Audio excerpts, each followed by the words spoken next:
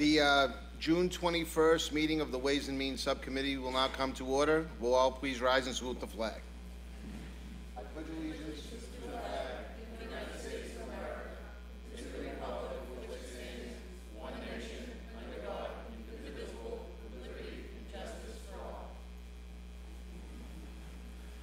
Madam Clerk, would you call the roll, please? Roll call of the members of the Ways and Means Subcommittee. Councilor Guanasso? Here. Here. Councilor Morbido? Here. Councilor Patch? Here. Here. Councilor Rotundo is absent. And Chairman Rizzo? Here. Here. Quorum is present. Thank you very much, Madam Clerk. I'd also like to recognize Councilor McKenna, who was here, Councilor John Powers, who was here, and I was just notified by Council President Jessica Giannino that she is stuck in traffic but is on her way. There were a couple of department heads who asked to go first, and I don't think, unless there's any objection from my colleagues here, that we'll take them a little bit out of order on how they're actually set up on the calendar, and that also includes 3 different department heads who weren't able to make it at their regularly scheduled time. So if there's no objection from my colleagues here, I'm going to take them a little bit out of order. I'd also like, just for the edification of the department heads who are here for the first time, to let them know how we're going to proceed. We're asking you basically to come to the podium, walk us through your budget. I'll announce the page numbers to members of the council that are here. You'll take us through the budget. We'll open it up to questions from the council. We won't be making or suggesting any specific cuts, if any. As we all know, we can't add to the budget. The only thing the City Council can do is cut. If there are going to be cuts, those will be discussed on Monday night between 4 and 6 p.m. So this will just be pretty much for question and answer period. I am going to ask that we kind of stick to a little bit of a time frame as best we can. I slated off 5 p.m. to 7 p.m. We're already a little bit after that now. So if you could just be concise, go right to the budget. And I'll ask my colleagues, if they could, not to stray too far off into other areas that are non-budgetary related. I'd like to stick to the budget. If they have any specific questions that aren't going to be in too much detail, then, by all means, but I would prefer that we stick to the budget, in the interest and in fairness to all the department heads that are here, so we can get them in and out of here by 7 o'clock. So with that, I'd like to call up first City Engineer. If you could come to the podium. For the edification of the council, we're looking under Section 2, pages 53 through 55.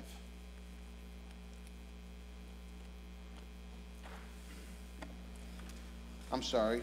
No, that's not it. Wait a minute. That's right. Yeah, 53 through 55. Okay.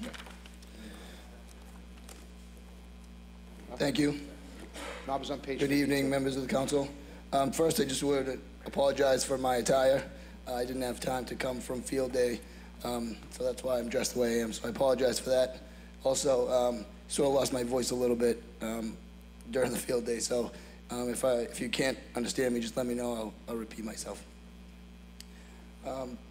So I'm just going to go through quickly. I think the best one to start with is page 54. Well, why don't we start on page 53? Take us through that. Let us know how many employees. We've got permanent salaries and so on. So if you could just kind of go down there, let us know any changes, any additions. It looks like, so. Okay, so currently the engineering department has 3 permanent employees, myself, principal clerk, and also a project manager. There are no changes from last fiscal year with regard to the salaries to the next fiscal year. The principal clerk is a fairly new addition, but the other 2 positions were, funded in the previous fiscal year also. So that, like I said, that includes myself as city engineer, principal clerk, and also a project manager. Okay. So Obviously, the salaries for those permanent positions includes the educational incentive, the sick leave, and all that sort of thing, which is calculated otherwise. If you go further down, you'll see the first item is a telephone/communications number. That is for the cell phone that I use as a city engineer. It's a city cell phone. I can get email and things like that on that. That's the same cost from previous fiscal year, and then also even the previous one before that. There has been no change to that. The second item is a fairly new item. It's contracted services. You may or may not be aware that the engineering department has, over the last 6 to 9 months, been trying to hire a staff engineer to try to help with the engineering load that we have. We have as yet been unsuccessful, and so that number there is been put in place to try to be able to contract services out as needed over the next fiscal year. It's a fairly small amount, you know, in the grand scheme of things, of $50,000, but I feel like that will be sufficient, and hopefully we are able to find somebody in the future for a permanent, you know, staff engineer's position. Excuse me. The next one there is, it's listed as materials. That's office supplies. So if you go to page 55, you can see it's broken down a little bit more. The number that we're looking for is $5,850, but that includes $3,850 for the large format printer that we have that does scanning and printing of the large plans, engineering plans and whatnot. That's a lease, and so that's the bulk of that number. The remainder of the $2,000 is for general office supplies, pens, pencils, that sort of thing. And that is also something that has not changed from the previous fiscal year. The next one is for other miscellaneous, essentially, expenses. And so you'll see, again, it's broken down a little bit more. There is $2,250 in that account, and that's for additional purchases that don't necessarily fit into the general office supplies category. Maybe a file cabinet or things of that nature. And so that also is a number that has not changed from the prior fiscal year. The last one there is for travel allowance. We have there the same number from last year, which is the $900. That's actually was funded for 3 employees at $300 for the full year. That's a reimbursable amount that we have used, and again, that's something that hasn't changed from one year to the next. So you can see that the budget that I'm working with is fairly modest. There are no real changes from last fiscal year to this year, aside from the contracted services number that we spoke about earlier. So with that, if there's any questions, I'd be happy to answer them. Yeah, so we'll save questions when you're through with your, we'll just go now to page 54. Oh, okay. Page 54 is pretty much redundant, what you just went through, so we can kind of move on to page 55. And again, that looks pretty much like you've already gone through all of it. So, right. So with that, are there any councilors that have any questions? Council Guanasso, then Council Morabito. Nick, you're referring to $50,000 for a staff engineer. Is that feasible? So that is contracted services. So it's not for a staff person, for a permanent staff person. It's in lieu of finding a permanent Outside staff. sources you can Correct. add up to that. So So that doesn't include any fringe benefits or anything like that? No, so this would be a contracted. It's just an outside contracted employee? Correct. Yeah, okay. Thank you. Thanks, Mr. Chairman. Thank you, Councilor. Councilor Morbido. Thank you, Mr. Chairman. So just to touch upon what Councilor Guanasso said, so that contracted service that's outsourced, would they be performing the same duties as a staff engineer? Is it beneficial to your department, or? Yes. Yeah. Okay. I have another question on the other expenses. I've noticed if you look at the previous years, like the past 3-4 years, usually you spend about $2,200. Right now, you're at, for fiscal year 2018, at the end of the third quarter, actually, you're at $564. Are you expecting a large maintenance expense in the near future? So there was some, and I'm not sure if that number reflects it, but there's some of that money that's encumbered already. And so I don't think that that's included there. Can you, I'm sorry, Mr. No, Piscay. I'm sorry, I have a year-to-date budget report if you need clarification on an account. Which account were you looking at? Other charges and expenses? 011847, 57,000. Yeah, that's, most of that money's encumbered. There's only $186 left available, and we basically have processed and asked all departments to have their recs and purchase orders in by the 15th, so it looks like there'll be $186 to turn back in that particular account for fiscal year 18. I was just a little confused because it says quarter 3 year to date, $564. There's only 1 quarter left, so what is the large expenditure that jumps the whole $1,700? I don't have the detail of the encumbrances, but because obviously the recommendation for next fiscal year is the same, $2,250. So I'm wondering where the gap is and why, if we're right now at quarter 3, end of quarter 3, we're at $564 for expenses. Why are we upping it to $2,250? Not to say you don't need it. I just want to understand what that gap is. well, I just think a lot of departments kind of hold off on their expenditures to make sure nothing pops up that would be an emergency as such. So a lot of times there's a delay in using that money until you know that there's no any kind of circumstances that would pop up. But we did reduce the request because we have training money budgeted, as you know, in human resources, and then safety enhancements to the field vehicles we're going to try to handle with some fiscal year 18 appropriation. Okay.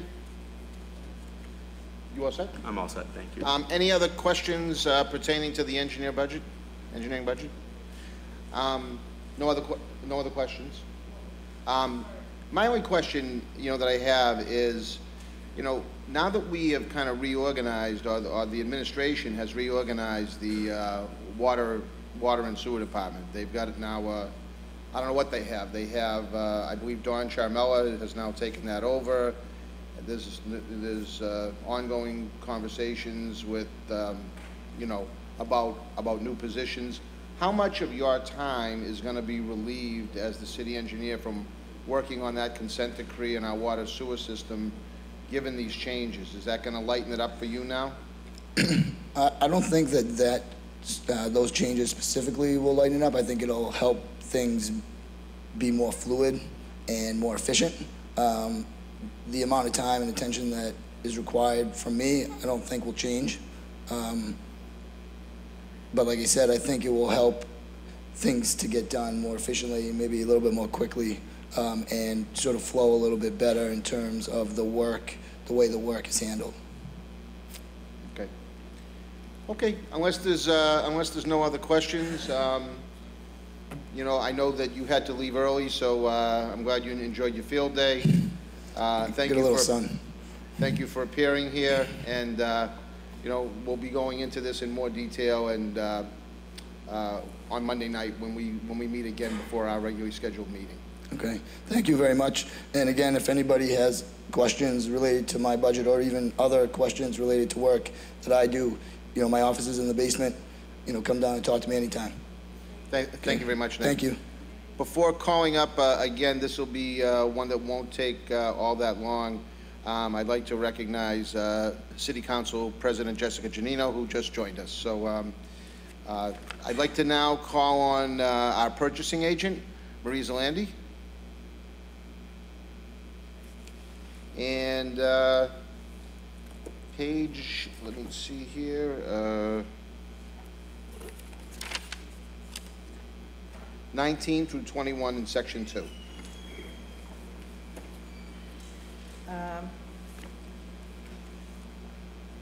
Going down, the salaries are increased a little bit, well, they're increased because of union negotiations, and also the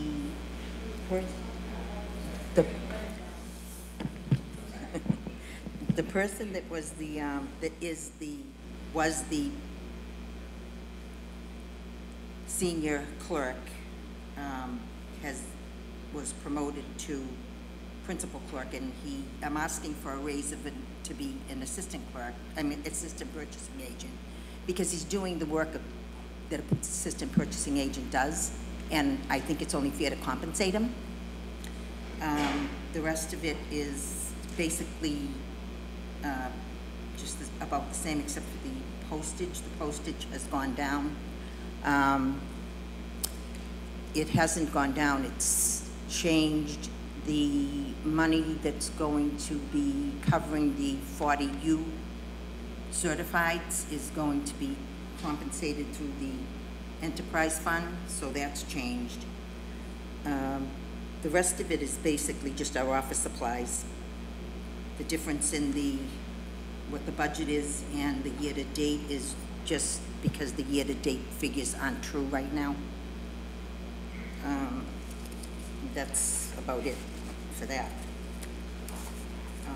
And I just explained the salaries, which is on page 20. And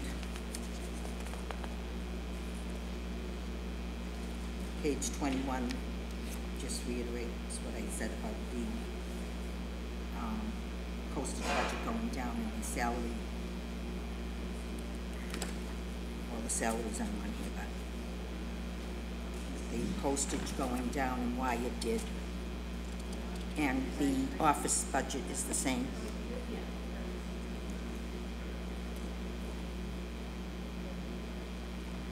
That's about it. Okay. Marie, thank you very much. Any councilors have anything? Councilor Powers. Oh, I'm sorry, wait a minute. I got Councilor Guanasso, member of the committee. I'm going to go to non-committee members after, so that's okay. Thank you, Mr. Chairman. One quick question. Can you handle the $25,000 cut from the postage? Well, it's not really going to be cut, because whatever we use for the 40Us, we're going to get reimbursed from the enterprise funds. Okay. So it will be fine, or it should be. Thank you, Mr. Chairman. If I may, it's also water and sewer billing. Postage will be paid out of the water and sewer enterprise. So we're just trying to match up the expenses with the particular budgets. Sounds good to me. Thank you. Thank you. Councilor Powers. That was my question, Mr. Chairman. It's been answered about the postage. Okay, thank you. Any other councilors have any questions for Marie? No other questions for Marie? You'll be out of here sooner than later then, because I don't have too much. You know, this is all pretty consistent, and you know, thank you for appearing here tonight. Thank you. Thank you, councilors. Thank you. Okay, our third request, although I'm sure everybody here wants to get out early, but our Director of Finance has a meeting after this, so he had asked that we take him out of order here. So, George, if you could come, and that would be on pages 29 through 31 under section 2. So first, I'd like to thank the committee for taking me out of order. I do have a meeting after this. I'd also like to thank my fellow department heads for allowing this for me to go before them. So thank you. So if we look on page 29 first, you see the permanent salaries and everything that's listed in my department. Then I'll go in by line. In the Director of Finance's office, which is made up of myself, the Director of Finance, then the Treasurer's office and the Collector's office, there are 12 employees. There are 2 new employees that are being funded this year, and they're being half funded for half the year. And the reason for that, I'm trying to bring it back to what it was in the past couple of years. Because of that, you have to understand, in the collector's office alone, and that's where those 2 positions are going, we collect over $110 million a year. And a good portion of that is cash. So we're dealing with cash, we're dealing with checks, we're dealing with credit cards, we're dealing with online payments now, and it is getting quite complicated. So with that, we do need, and it's causing a strain on the department, not only on the time of people, but also on the stress level in the department. So that is the reason for the 2 additional people that I was requested and given at half time, or half a year's salary, pardon me. We can go directly, if you'd like, into the various areas in my budget. First off, I'd like to go into the office supplies, and the office supplies are same as they were last year and have been for the last couple of years. There are no changes in any of those budget items as far as increases are concerned. There may be some decreases, and looking at that, you have office supplies, you have computer operations, you have tax settle. Now, tax settle is going to be funded out of a revolving account. In 2016, the state passed a Modernization Act, and that allows us to put a revolving fund for the tax settle, which is going to be funded through that. And banking services have been lowered a bit because we feel that we'll have more, where interest rates are going up, we'll have more investment income. Notes and bonds, again, that's the Modernization Act of 2016. The reason that has been lessened is because we can require, when we sell our bonds and our notes, that we receive a premium, force a premium, so that we can pay for our cost of issuance of the bonds and notes. Now, other part of my budget is in 2 different sections. One is the bonded debt and long-term debt service, and that is the long-term debt service that's outstanding for the city. Also, you'll see the short-term debt interest, and that's for those issues that have not been bonded at this time, but will be outstanding in short-term notes, or what we call BANs, bond anticipation notes. I don't know if there's any questions on that, but then there's also in the budget the water enterprise bonded debt, and that's laid out for you, and that's the amount of monies that the city is required to pay for the enterprise fund bonded debt. If you go to page, it looks like page 133, you'll see the workman's comp, medical, the workman's comp unemployment, or actually unemployment, the group health insurance. I'm sorry, Judge, where are you right now? On page 133. 133. It's under unclassified. Okay. That was moved out of my budget, but I still control because they felt, the outside auditors felt at the time, when that was moved out of the budget, that was, it'd be much clearer as far as what it was showing. It made much more of a demonstration to the people who were reading the budget. And better reporting. Different way of reporting. So, are you on page 133? Do you have it? 133. So it says workman's comp medical, workman's comp unemployment, and then group health, and the Medicare taxes. Those are the ones that are still in my office that I oversee. You'll see that the group health insurance was increased to $20 million. That was at the, after our group consultants for the health insurance did calculations, and they felt that's what, from our past experiences, that's the amount we need to fully fund the group health insurance for this year. The workman's comp, unemployment, medical, and workman's comp itself, which is the payroll workman's comp, that is being funded again in a different account, and that was allowed in the Modernization Act to be funded in a revolving account. So that's being now set up for the first time as a revolving account, and that money will be coming from another source. Other than that, that's my complete budget. And if there's any questions, I'd be glad to answer them. Councilor Ganasso. Thank you. George, in reference to notes bonds, last year we budgeted $140,000. We almost fully expended it. Now the mayor is required, budgeted $0. Where has that been transferred to? Well, what's We're not going to have any happen- more expense? Well, we still will have that expense, and the expense may be more than $140,000, but we are allowed under the Modernization Act to force a premium. So when we sell the bonds or the notes, we force the investor to pay a premium, and that premium will represent what the issuance cost of the notes and bonds are. So we just take that money and put it into account and then pay it out of there instead of using direct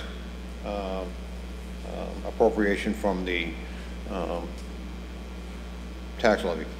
So you're not showing any expense item, line item, but you're showing income and expense on one line item and another category, Yes, correct. and that washes itself out? And That and washes itself at the end. That's sound financial Well, that's accounting? allowed under the Modernization Act, and that's what we're taking. Modernization Act. I wish they had that in place when I was budgeting for Mass General. I wish they did. Modernization I'm Act. sure you did. They come up with all these new terms, okay. Right. All right, thank you. Thank you, Mr. Chairman. Thank you, Councilor. Any other councilors have questions for Councilor Patch? Thank you, Mr. Chairman. George, I just see here that you requested an additional $100,000 on the banking services, and that was denied. Are you able to function without an increase in that Well, item? the reason that was done is because we, after discussion, after reviewing things, reviewing it over with the banking institution that we do business with, we felt we could do that, but we'd have to get a much more aggressive revenue investment. So that would offset the additional amount of revenue investment. Don't forget, we get about almost $200 million going through the city. That, you know, if we can invest it and make $100,000 more, we'll be able to cover that amount. So that's what we're looking for, that new revenue source to come in, or that additional revenue source to come in order to fund the that account. Thank you. Any other councilors have questions? George, right now, you know, because the budget's been changed so much, Right. it's really hard for me to follow Right. along with this. I'm going to have to spend some time over the weekend looking at this, leading up to Okay. Monday night's meeting. But one question that kind of jumps out at me, I know it's not under your, I guess it's not under your purview anymore, is the group health insurance. Oh, it is. It is under your Still, purview? yes. Okay, so in FY15, we budgeted, the actual budget was 16.6. FY16 was 17.1. I don't see the numbers in 17. There's none that I can identify here between the unclassified and your budget here. Right. In 2018, so in 2016, it was 17.1. Right. 2018, it was 17.6. Right. Now, the mayor's requesting looks like requesting in FY19 just over $20 million. Right. So why is that? Well, part of it is that last year wasn't budgeted as high because we had room in the trust fund in order to allow a holiday. So there was an employee's holiday for 3 weeks that saved us a total of $1.3 million. So for 3 weeks, But you have a holiday because you have a surplus. Why are you gonna now, I mean, why have the holiday if now you gotta bump the appropriation up $2 million. I mean, that just doesn't make sense to me. Well, what happened is that we allowed the holiday in order, the $1.3 million holiday, as we have in the past, to allow for both the employee not to have, we had enough money in the trust fund. So you have to look at what you have. The trust fund is differently. We're self-insured here in the city of Revere, which allows us to build up a trust fund. So after you build up the trust fund at a certain point, there's additional amount of money in there that you can utilize and bring it down to a level which is required by health insurance standards, so that you can use that amount of money to lower the, you could either do it one of two ways. You could lower the rate and not have the people have everybody pay a higher rate, or you could do it through a holiday. So what was decided, we did it through a holiday, which gave the employees a break for 3 weeks, and the city from paying it for 3 weeks. So that's what happened. Well, so we had now premium that holidays on at least 2 that I can remember occasions during my administration. That's correct. And the budget didn't jump the way it's jumping now. Okay. I mean, we went from 16.6 to 17.1 to somewhere between 17.1 and 17.6, I would imagine. The number's not there. And now to go from 17.6 to over 20, that just seems excessive. And I don't know if that's what you're budgeting or that's the, you know, but no, that seems excessive to me. Well, that's the amount that was given to us by our consultants, our insurance consultants, that $20 million, and that's what we need. In their estimation, that's what we need. It's about a 6-7% increase, which is what it is normally during the years. What happens is that, again, so we use that from the trust fund, we took that 1.3 million. And then the next year you have to bump it up. So what number did you give me, 17 million? So you bump that up, it's 17 million something. So that bump it up to maybe 18.4. So the difference now would be from the 18.4 and the 20 million. So you're talking about like $1.6 million difference. So if you will follow it, it's somewhat pretty much what it goes up almost every year by that amount. So that's what they're looking at. Well, yeah, no, as I follow, Right. well, as I follow it, I mean, I know the actual budget was 16.6, 17.1. Right. Last year, 17.6, and now 20.085. So, all right, I just wanted that for clarification okay. purposes. I wanted that. Now, one more question before we move on, and I don't know if you're the right person to ask this question to, but as Director of Finance and someone that oversees salaries and stuff like that, I haven't added them all up. How many new positions are in this budget? New hires that are being requested throughout this entire budget? Oh, I don't have that on top of my head. Rich, do you have that? Yes. It's the end. I didn't take my total budget with me tonight. I just took my portion.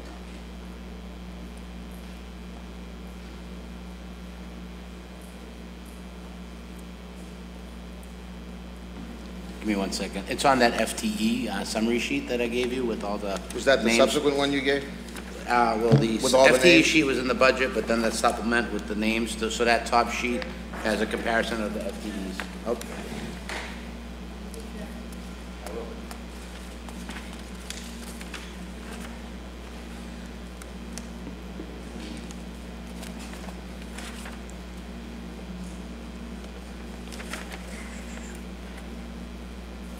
So, in total, it's I'd have to add it up, but if you look at the FTE by department, it's 5.38 positions in general government, and you can see the breakdown. So each department is actually broken out with the FTEs for 18, FTEs for 19, and the change.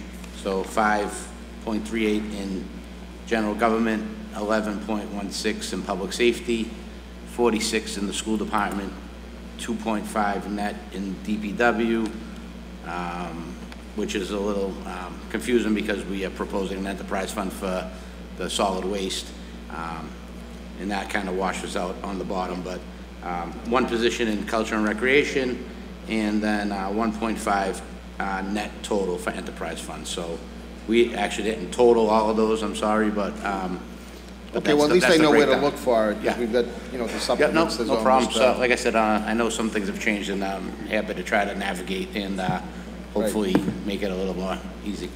Right. Well, thank you very much, Rich. I appreciate that. George, I don't think, unless there's any other councilors that have questions, Councilor Morbido? I just want to piggyback on what you said. In your previous administration, you mentioned you've used premium holidays.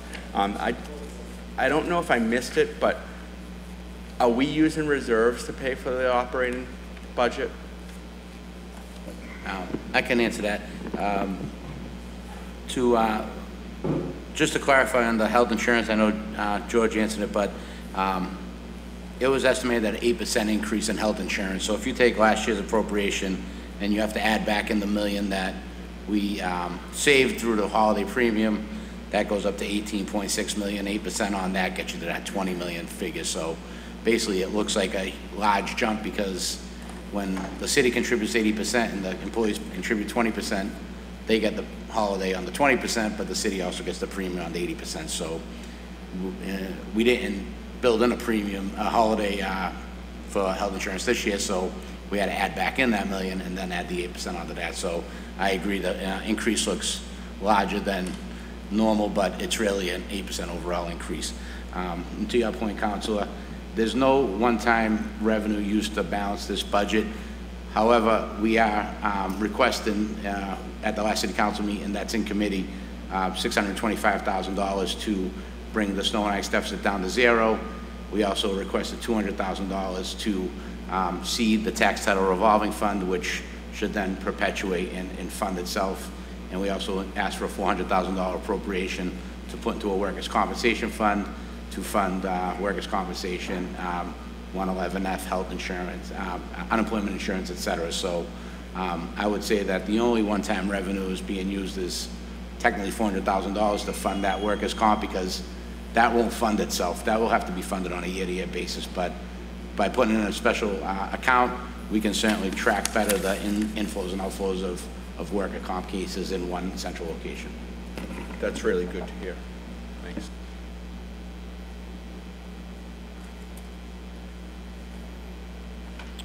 Is that it, Councilor Morbido? Was that it? Any other councilors have any questions? George, again, thank you for your work. It's very much appreciated. And we have any questions in the meantime, or, you know, we know where to ask. Okay. Thank you, Council. Thank you. Thank you. I'd like to acknowledge City Councilor Tony Zambuto, who just joined us. Thank you, Councilor. Next up, I think we're going to go to, okay, the Board of Assessors. I see Dana here. You were supposed to be here, I believe, yesterday, but you had a conflict, correct? So we'll take you up. And again, to the department heads that are here, I want to thank you for your leniency with your colleagues. Some people had requested to come up early because they had prior engagement, so I appreciate that. And we have been pretty much on time. The last person here will be here absolutely no later than 7 o'clock. We'll make sure of that, and maybe even prior to that, hopefully. Great. Good evening. So let me just, for the council, this is the Board of Assessors. That's pages 26 through 28 under section 2.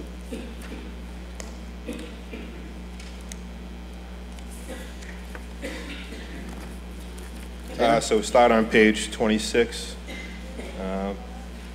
First line item is permanent salaries. So we have 3-member Board of Assessors. 2 is full-time, 1 is part-time. We have a full-time principal clerk, and we currently have a part-time special assistant to the board. So we are recommending that that part-time position go full-time from 28 hours to 39 hours. Part of that reason being the newly enacted Clause 41C.5 exemption, which is going to bring a lot more traffic and work into our office. So we need that to offset, what's going to be coming in starting July 1st, coincidentally. The rest of the salary related expenses, overtime, longevity, educational incentive, sick leave buyback, that's all, by the CBA agreement. The next line item, the revaluation, you'll see a significant decrease in that amount, being last year was a full revaluation and it was also the last year that we finished the inspections of all the properties in the city. So this year is just an interim year adjustment, and also included in that is street level photography. So about 8 or 9 years ago, we had a contracted company that drove around and took pictures of all the properties and matched that up to our field cards. It's also available online. You can go in, you can pan around the view of all the houses. So again, that was done 8 or 9 years ago, so we're just going to update that, get that updated. But again, you will see a significant reduction from last year to this year. The other stuff is pretty straightforward as well. Computer services, that gives us the supplies and things needed to do the tax bills and generate those. Obviously, we do real estate, we do excise, and we do personal property. You will see an increase of $2,500 in that. I'm sorry, in the next one, which is office supplies. Because of the 41C&a-half, we want to do some mailings and make sure the public is aware of that and hopefully take advantage of it. So we're probably going to do some mailings perhaps in the next tax billing or the water billing. We haven't decided yet, but that'll help us to generate those. Other expenses, that comprises of dues and conferences and continuing educational courses. Obviously, that's an important piece for us. The laws are ever changing, and we want to make sure we're up to date with those laws and different rules and regulations that are out there. The last one is travel allowance. That's a collective bargaining agreement. That's the 3 assessors receive that. And that in a nutshell is what we have. So again, you'll see overall the budget is down, roughly $89,000. Dana, thank you very much.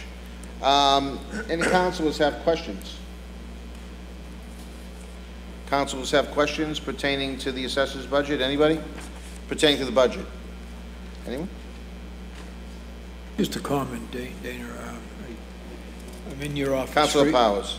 Thank you, Mr. Chairman. I'm in your office frequently looking up different things, and I honestly feel that going back to what this office was years ago, there's certainly a lot more happening in that office now.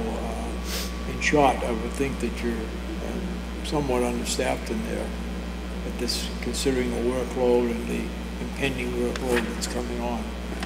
And you feel that what you're proposing in this budget is adequate to address that? I guess everybody would feel that they're understaffed, and I'm sure, I certainly do at times.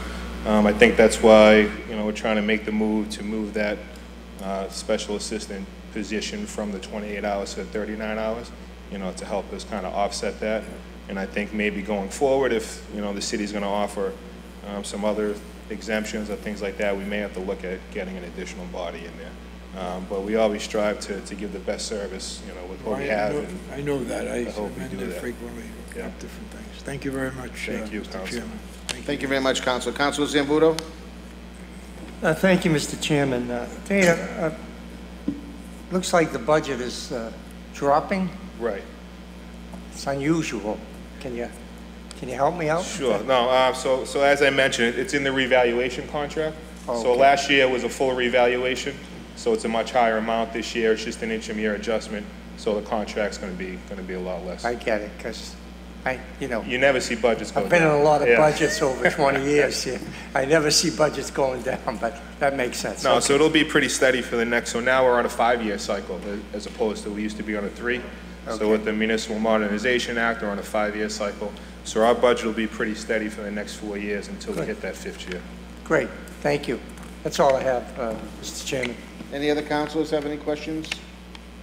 Mr. Chairman, I don't think we have any further questions for you. I know you have a relatively small office and have to deal with an awful lot of,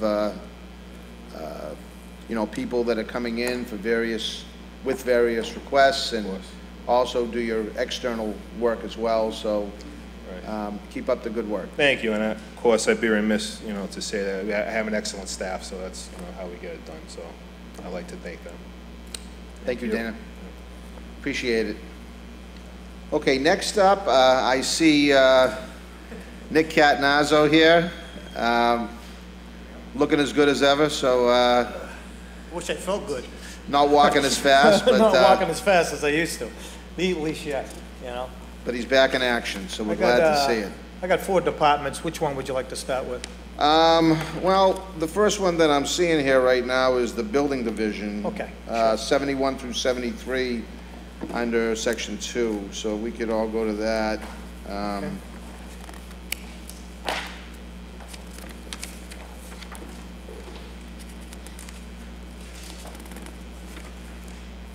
Okay. Okay. Basically, the salaries are all under contractual. Those really haven't changed according to we just settled the contract this year, so the increases were given out, so those increases are shown into the budget.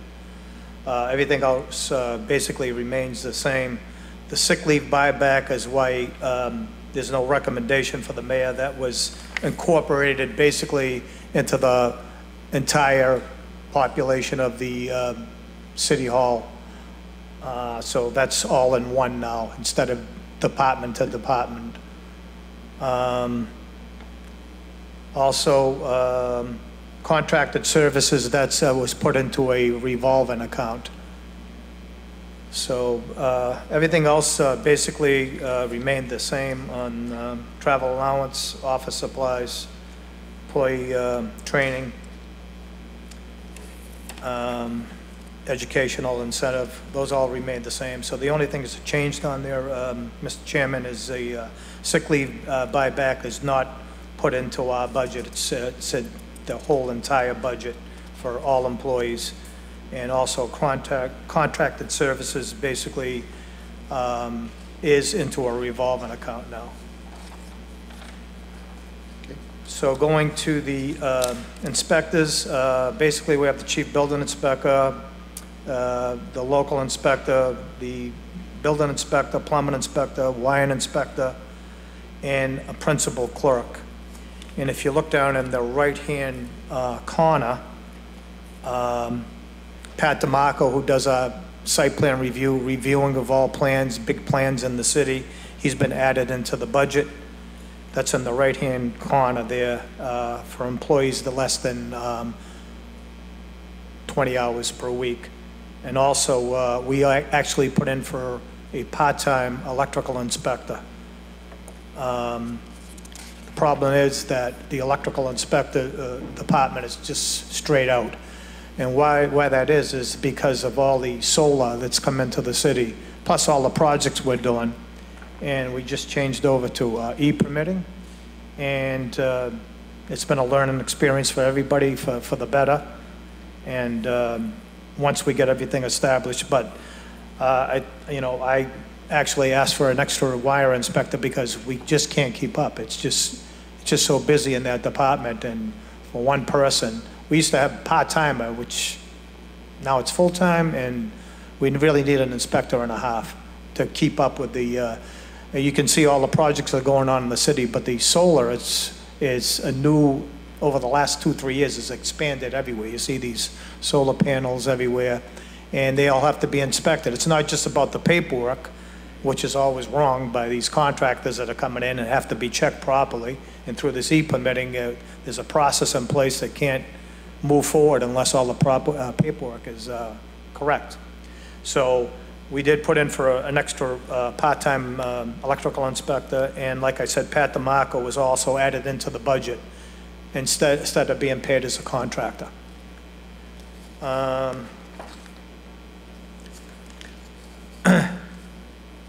Going back to, okay, I already went, yeah, basically everything. Telephone communications, that's the phones for the employees. Employee training and travel allowance all remain the same. So that's it for the building department. Okay. Okay. If anybody Thank you very has much, any- Nick. Why don't we just take each section, see if there's questions, then we'll move on. Sure, if yes, that's sure, okay. absolutely. So we don't have to go back and rehash Yeah, four yeah, sections yeah, yeah. later. So, Okay. So does anybody have any? Yeah. Okay, I'll start over here. Member of the committee, Councilor Guanasso. Thank you, Mr. Chairman. Any Nick, other- The mayor appropriated, or he said he's going to appropriate $150,000 for rodent control. I'm envisioning that that's for barrels. That's going to cost that at least that amount to get the proper barrels. Yeah, I think we're putting it, it's being put in under a grant, Council Ganar, so they're going to try to get a grant for the barrels. Now, but it doesn't call for a person to be like in charge of rodent control, at least have the ability to go out and to visit neighborhoods. Yeah. And take pictures of people that are violating our ordinances regarding trash storage, where they leave their trash barrels in their backyards uncovered. Right. And through my review, going door to door and looking around neighborhoods, and I'm only speaking somewhat for Ward 3, quite a few of these situations occur. Now, if it happens in Ward 3, it's happening throughout the whole city. Within that is where the problem lies. Right. Because these rodents only go for food. So there's no provisions that no one asked the mayor if we can get more money in here or appropriate more money for Well, basically, we more help. Okay, you want to answer that, Rich? Go ahead, I'm sorry. Thank you. Just to help clarify, Councilor, we have several different funding sources right now in place for rodent control. We've put $100,000 into the Water and Sewer Enterprise Fund because a lot of these rodent problems generate from the sewer work that's been going on. So we're looking to bait and do some control from the pipes and pumps underneath the ground. There's also $50,000 you'll see in the Solid Waste Enterprise Fund that we're proposing be adopted for fiscal year 19. So also in that fund, there is an additional body that we envision is going to be put toward enforcing the barrels, also the recycling, and basically overall trying to get a handle on that. And finally, there is still an ordinance in the city's books that dumpster fees that are paid goes into a fund, and that is for rodent control as well. So we actually have several different funding sources. I'd say around $200,000 worth of funds to prevent any further problems, hopefully curb them down, and also have Rich, a body toward it. this is the problem in communications now, because we need to know this. When someone calls me, I don't want to search for answers as to how I'm going to make a resolution for this person that has a rodent control. That's the point I make. The point I'm making is that, okay, we have all these sources. What can I say as a counselor to a constituent that calls that I have a situation in my property? Am I able to tell them we have a one-time feed service that'll go to your home? I mean, I think what we have to do collectively is get with the mayor and the inspectional services and come up with a game plan so each of us that sit here will have an intelligent response to give to our constituents. Right. And I think that's very important because it's a major concern, and we're getting, social media is taking target with all of us because there's a major problem out there. We need to get the answer to this as quick as possible and get resolution, Yeah, I agree 100%.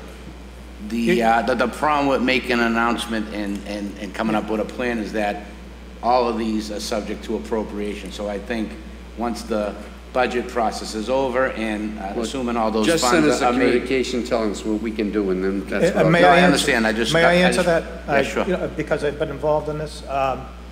Basically, $40,000 has been appropriated. We hired 4 different baiting companies that, starting within the next couple of weeks, will be going out through sections of neighborhood, different sections through the neighborhood, door to door, talking about rodent control. If anybody has a problem, they'll give them a slip for baiting. And each company was paid $10,000.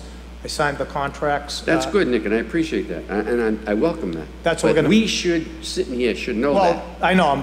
I just found, we just, basically, it was a council order probably about a month back, I believe, and we have been addressing the situation. If I can just stop this, because we have a lot of other people that we have to talk. Okay. We can get on the rats. Like the one thing, there's nothing more disgusting than rats. And And in all honesty, as much as we've been hearing about it, and I understand there's been Sure. companies that have been Yeah. contracted with, and it's 2 weeks away when they start, and from what I Right. understand, one rat has 100 babies in 2 weeks anyway, so who knows how many they're gonna be chasing around in another couple of weeks. But I Okay. am glad that something's being done. I think what the counselor is saying Yeah. is that we have been hearing Sure. the complaints for so long, and Yeah. we haven't heard anything.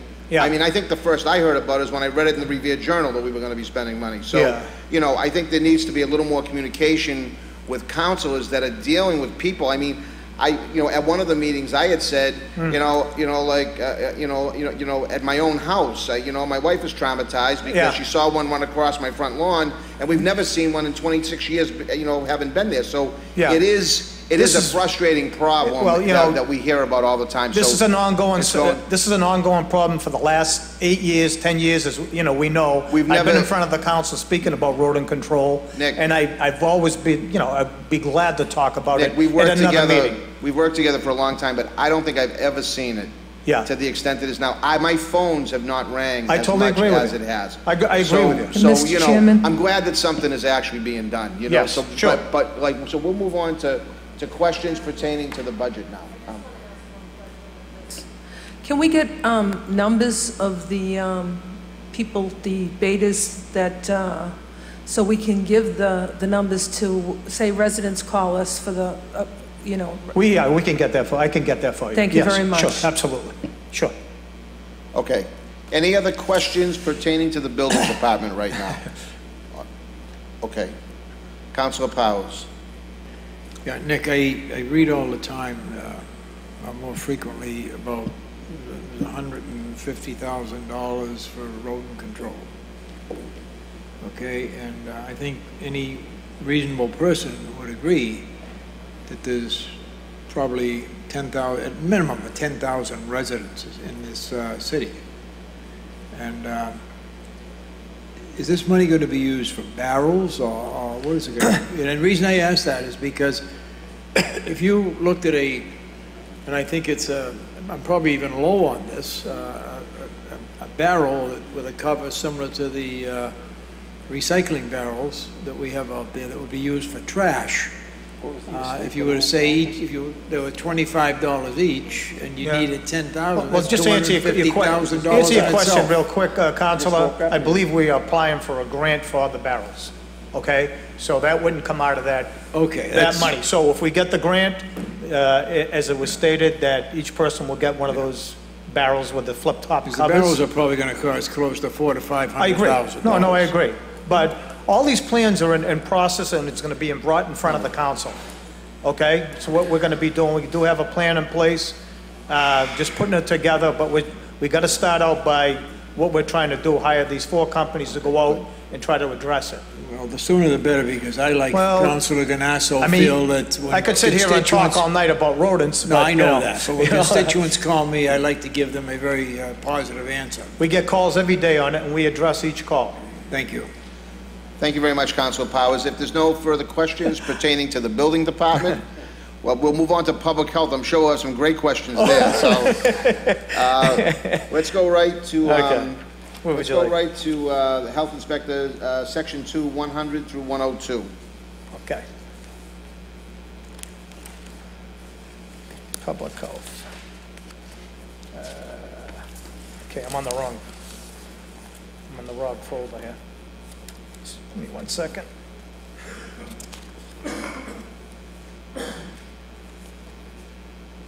Oh, here it is. Okay. Okay. Just say 101, Mr. Chairman. 100 through 102. Okay, all right. Okay, like I said, again, the salaries are all contractual, longevity, educational incentive, sick leave buyback, like I stated, under the building department, is being put under a general for all employees throughout the city. Telephones for the employees, maintenance of abandoned buildings is being put into the vacant building revolving account, I believe. Rich, you can correct me on that if I'm wrong. Flu shots, we actually make money on the flu. We keep that into the budget just in case the state cuts our funding, and we might need to ask for money, but over the last 10 years, we haven't really asked for any money, but we keep it into the budget. Office supplies and 40U are the same. They're incorporated together. Basically, the 40U and that pays for our handhelds, plus the contract, plus any equipment that we need, copy machine. And the office supplies is the general office supplies for the health department. Travel allowance basically is for the inspectors using their cars. Second page is the employees. We have 2 outside sanitation inspectors, 1 part-time sanitation inspector, 1 housing inspector, 1 food inspector, administrative assistant, principal clerk, and an assistant to the director. I am still the director, acting director. And my salary and Tony DeGosta, who is part-time, those 2 part-time salaries are down in the bottom right-hand corner where it says PT salaries. On page over here, basically on page 102, telephone communications, again, is for the phones for the inspectors. Maintenance of abandoned buildings, basically that's 4,000 requests. That's basically put into a revolving account for the vacant building revolving account.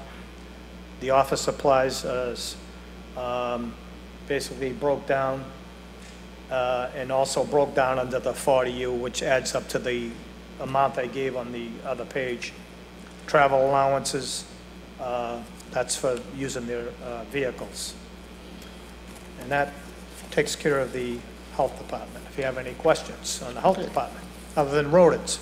Yeah. Well, let me just say this, and you know, every councilor who spoke about rodents has a valid concern, and we've all been dealing with it. And it is, you know, it is a significant problem. I think the frustration, from what I heard from councilors who had questions, was we're still a little bit in the dark, you know, and so, you know, we need to kind of know what's going on, because it is a major issue, you know, that we're all dealing with. So, you know, I wasn't trying to minimize it toward the end of the conversation by any stretch. I know. Because as you could tell, my frustration is there as strong as any one of these councilors. It's just, you know, for the purposes of the budget, I just want to get through the budget.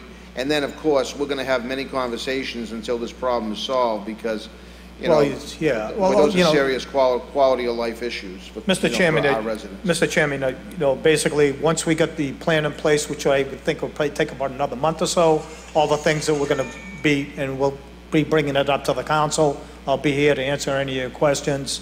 I'm sure the mayor will be here to answer any of the questions. And we do have some plans in place, including sewer mitigation on rodent control. City of Boston does it. We're going to start doing that on any storage work we're doing in the city.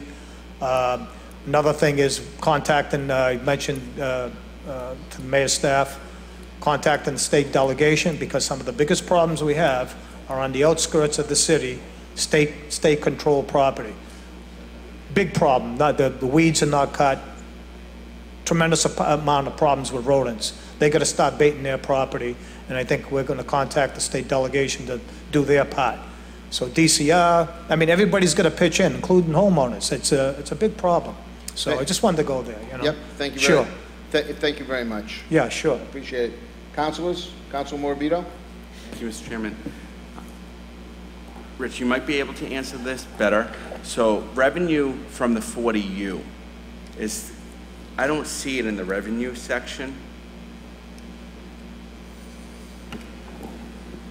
Which, well, you adopted, the council adopted the revolving funds, departmental revolving funds.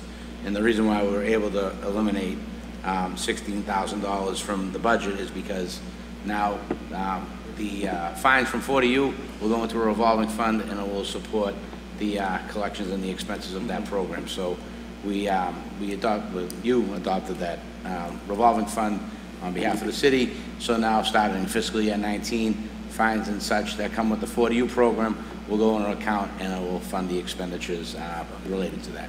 Now, is that considered, 40U, is that considered parking departments, baby, or No, inspectional services? it's all inspectional services. It's all inspectional services? Yes. Yeah, inspectional services. But majority of the revenue So- are for sanitation, I or don't would have you say majority? I don't have these figures for fact, but, you know, checking on the revenue that we brought in and that properties that we liened that didn't pay their fines, it was like, I think it was $1.2 million.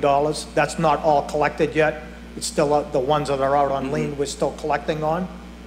And just Money's collected with like 700 or 800,000 we collected last year, which is a good amount of money. How much?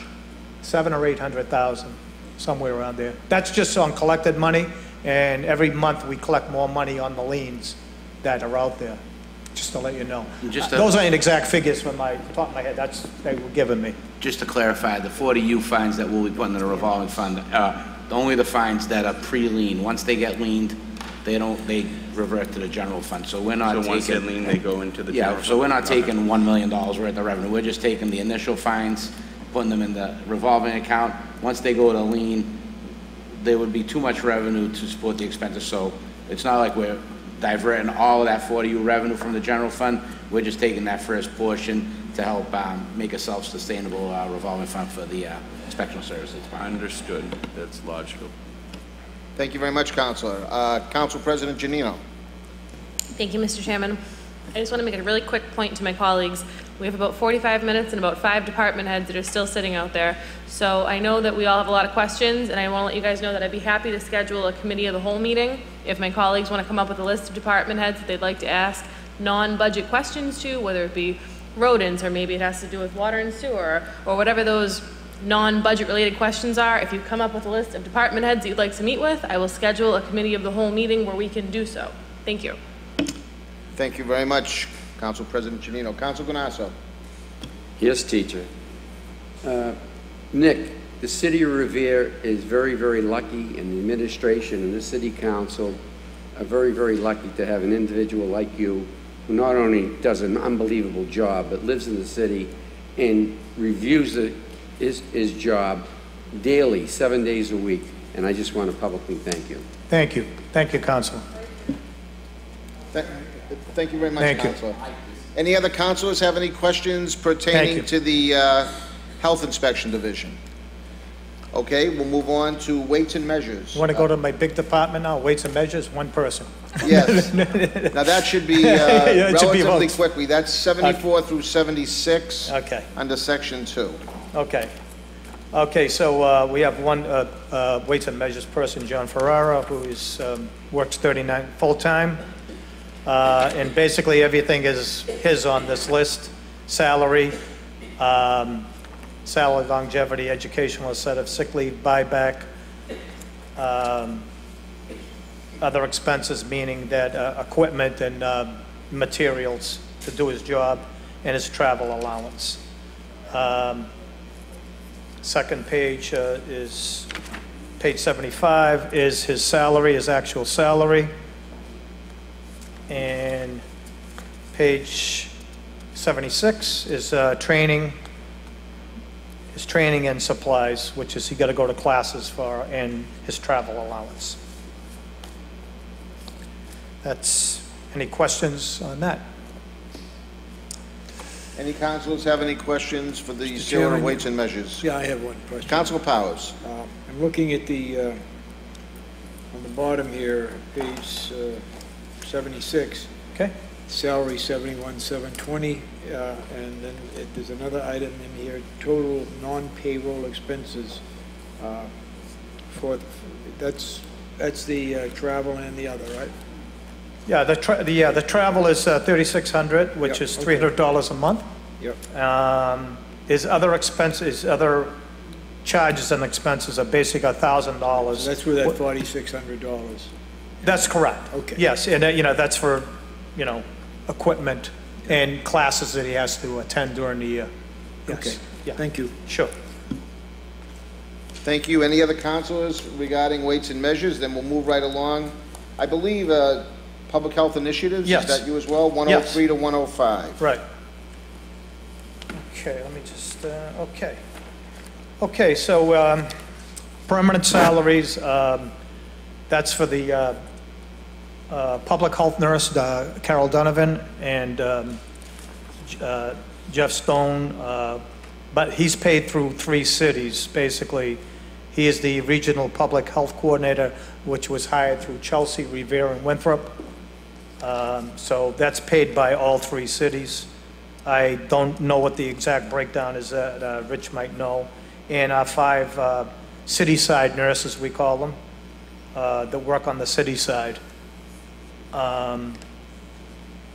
Basically, permanent salaries, I don't know, I believe they might have put that back, that gets reimbursed. Rich, is that correct, to get reimbursed by the school department, the nurses' salaries, or have they changed that?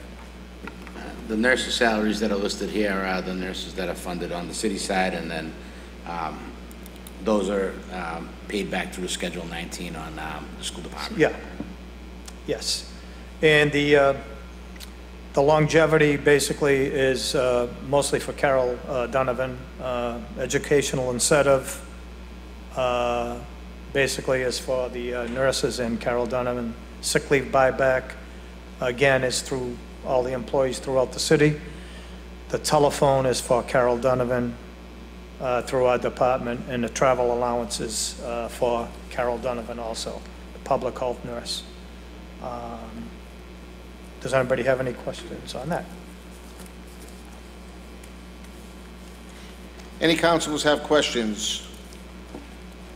No questions for public health initiatives? Nick, as I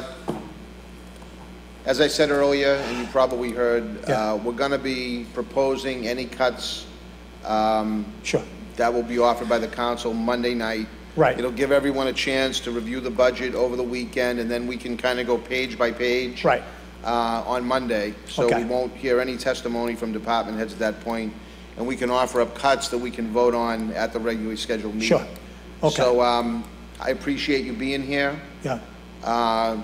Appreciate you answering questions, you know, of not only pertaining to the budget, but other concerns that we have, because you know, sometimes, I mean, I don't think since I've been here before, since I've been back on the city council since January, I don't know that you've appeared before the city council, at least I can't recall. No. So, Like, I'm always available. which is I'm highly available. unusual from what I remember, so. Yeah, I know. But in any case, yes. you know, we appreciate you being here. Well, yeah, And, just to let you know, I live in the city too, and you know, you know, that this is a big problem with the rodents, so I just want you to know that it is a big problem, and we are addressing it, and I take my job real serious, as everybody knows here. As long as I'm here, you can rest assured that we're going to do something about it. Well, we appreciate your longtime service.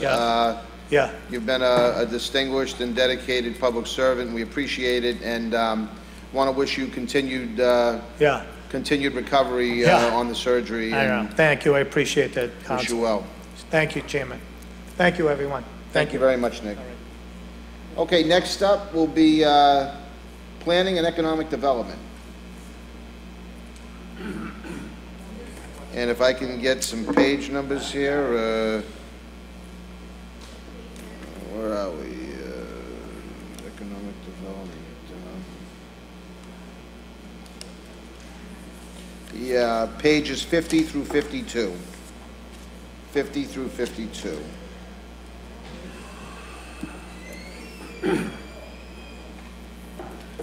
All set?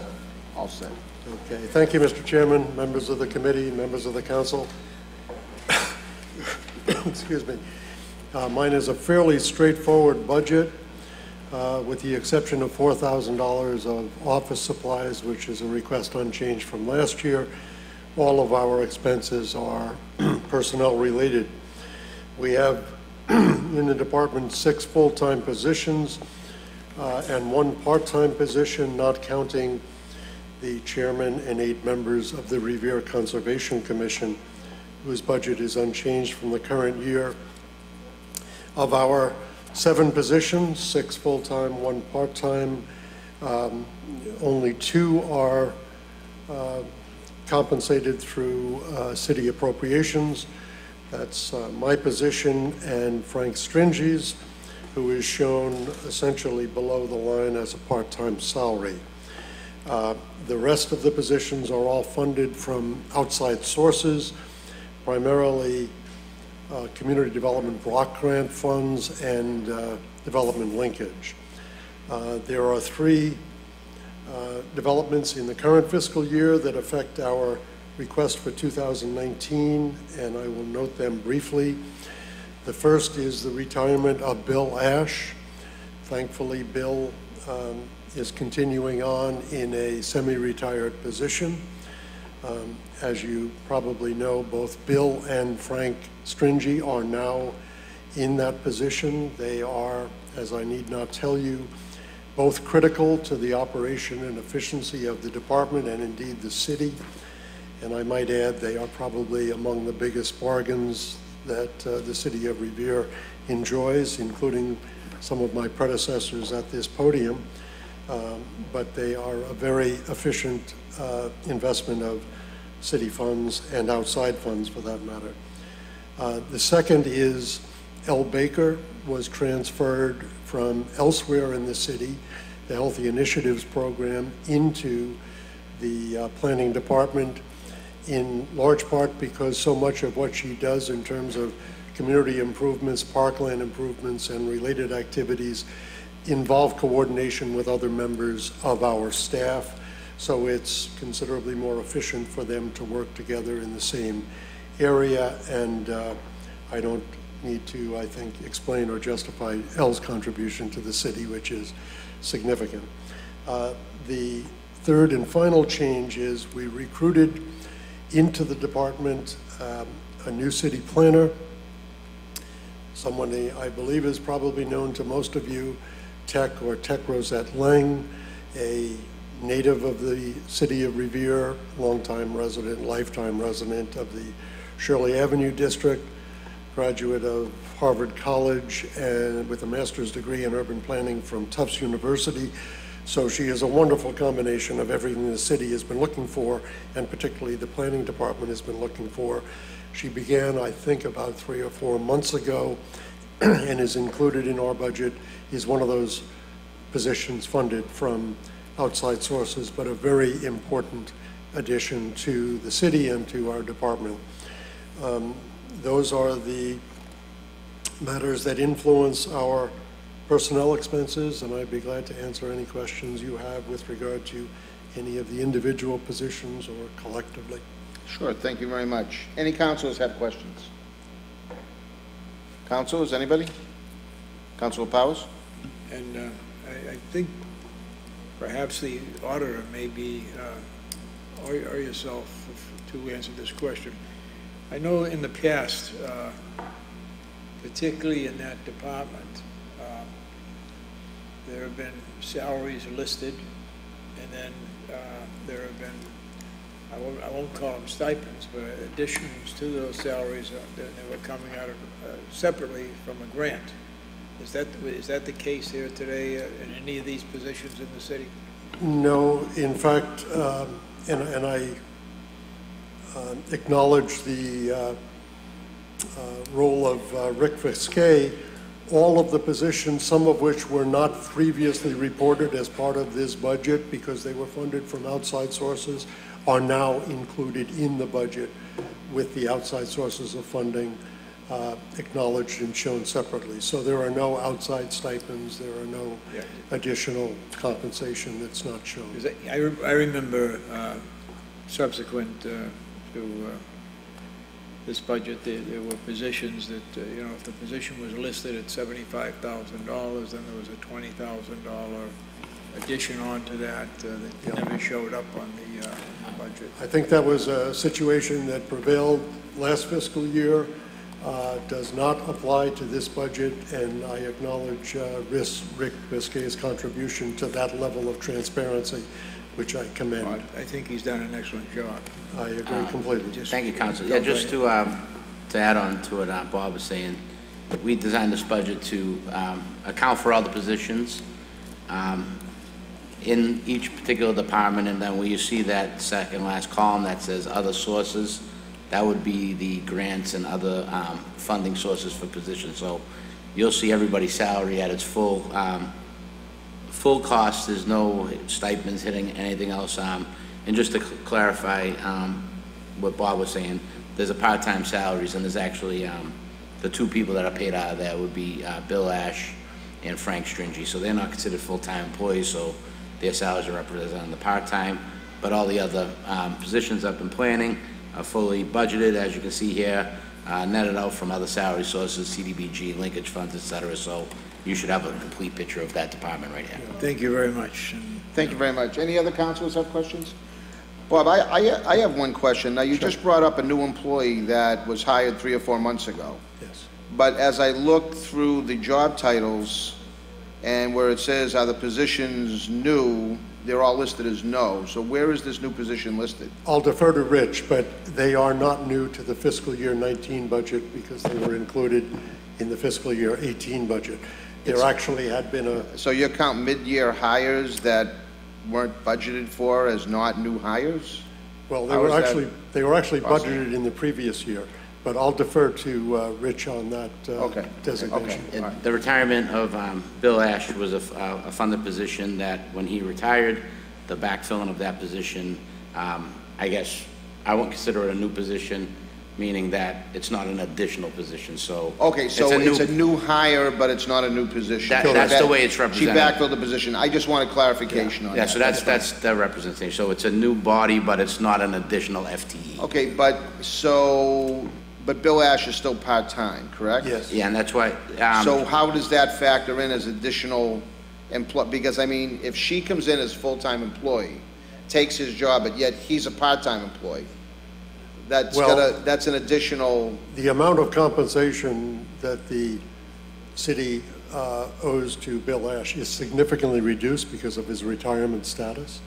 So that freed up, both in Frank's case and in Bill's case, a significant amount of our budget, which was then available. Essentially, it's why they are such a bargain to the city, because between their pension and the reduced compensation, although they do work on a part-time basis, they still contribute critically to the role of the department. Oh, trust me, I have believed in that. I mean, you get a real value for bringing somebody back part-time after they retire, because no question. You're not picking up any further retirement expenses, or, you're not picking up any, you're getting all the value of no learning curve, valuable experience. That knows what they're doing, exactly. But not all the expense that goes with it. I understand that, but so you're saying that her job and his job equal what he was making when he was here? Essentially, yes. Just to clarify, not to that point, but just so nobody's confused or misled, when this budget was designed, at least the way I have designed it, full-time equivalents in this budget mean those employees that are entitled to health insurance and pension. So we broke out part-time, and we don't include them because as a management tool, we look at FTE so we can manage those fringe benefits. So although there are 2 part-time employees, we don't represent them as a full-time equivalent in this budget. So I just want to make sure people are clear that it's not some kind of trickery. It's just full-time equivalents in this budget mean those employees that are eligible for health insurance and pension. Okay. Thank you very much, Rich, for that clarification. Bob, thank you very much. I appreciate it. And as you heard before, we will be discussing this. If there's any changes, I can't off the top of my head see where there would be, but if there were any, there'll be Monday night between 4 and 6. Thank you, Council. You're welcome to attend.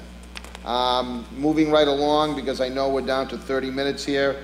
I see Superintendent Argenzio out there, and Paul, I was going to save you for last, if that's okay, because you've got to cover a lot of ground in a short period of time. So I might just maybe turn now to Ashley, our city clerk, Ashley Melnick, and maybe we'll go through the city council budget real quick, or the city clerk's office, and the council and ZBA. So we'll turn to page 35 through 37.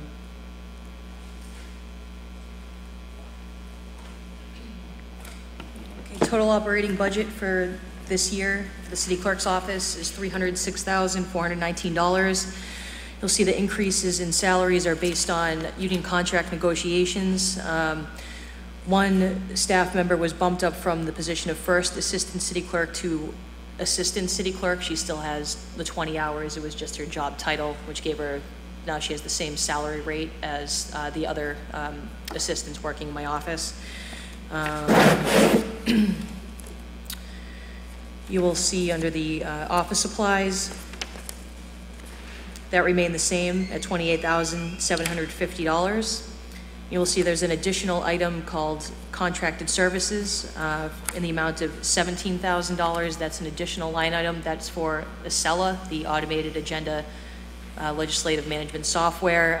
Last year, this is a new line item for my budget. Last year, it was taken out of an account from the Director of Finance's budget.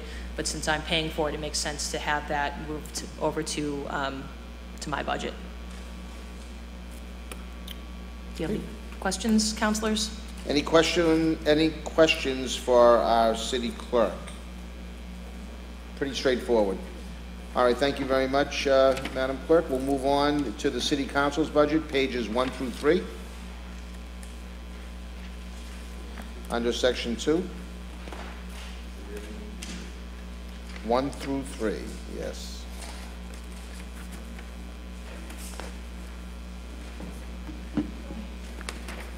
And councilors, you will see that the office supplies budget has remained the same at $79,200, and just contractual increases for salary, and that is all. Any questions pertaining to the City Council budget? Again, another pretty straightforward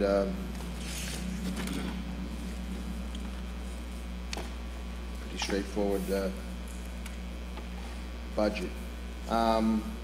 If there's no questions pertaining to that, we'll move on to the ZBA. If it's possible, it probably will be quicker than the City Council's was, pages 47 through 49. Madam Clerk, if you could just take us through that. Sure. Permanent salaries is remaining the same. That is just for the board members. There is one zoning board of appeals clerk. That salary has remained the same as well. And the office supplies account is has not changed from last fiscal year. It's at $720. Questions pertaining to the ZBA? Okay. I believe that will do it for you, Ashley. Thank you very much. If we do have any questions or comments or concerns, we'll be sure to voice them on Monday night. With that, we'll move on. I see Jim Rose here from Park and Control. Jim, would you mind coming forward, and we'll go through your budget. Let me see where you are here. Where are we? 77 through 80.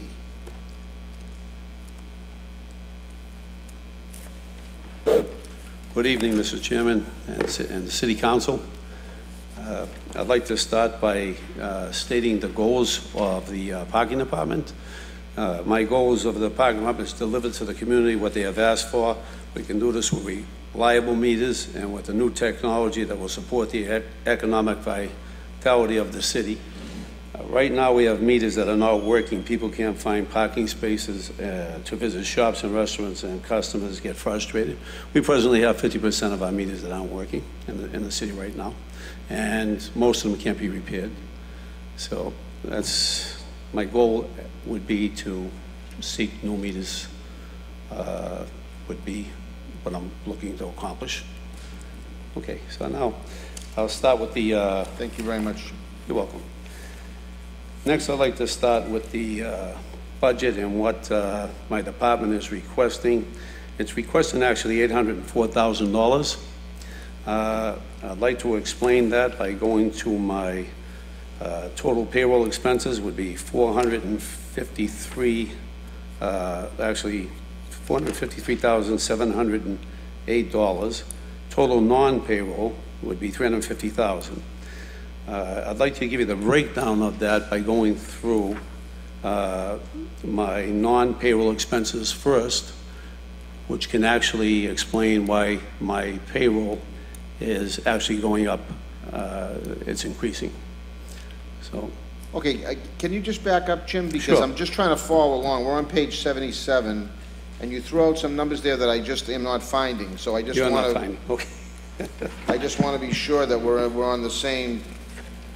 Just, if you don't mind, I know Jim's new at this, and I'd like to give him a hand if he doesn't mind.